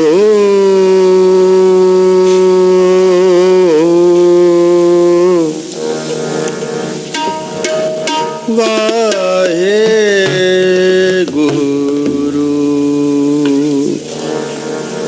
ਸ੍ਰੀ ਵਾਹਿਗੁਰੂ।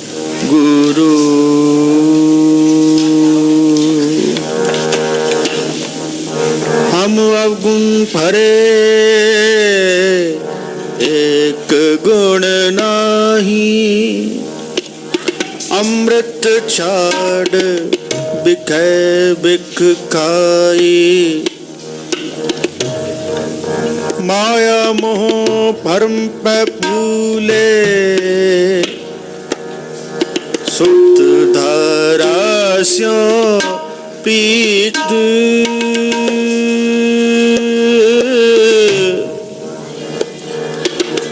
सुत धारा स्यो प्रीत लगाई।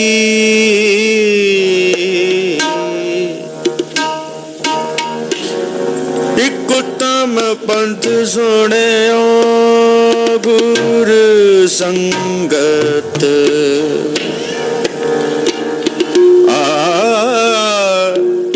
तेह मिलंत जम त्रास मिटाई।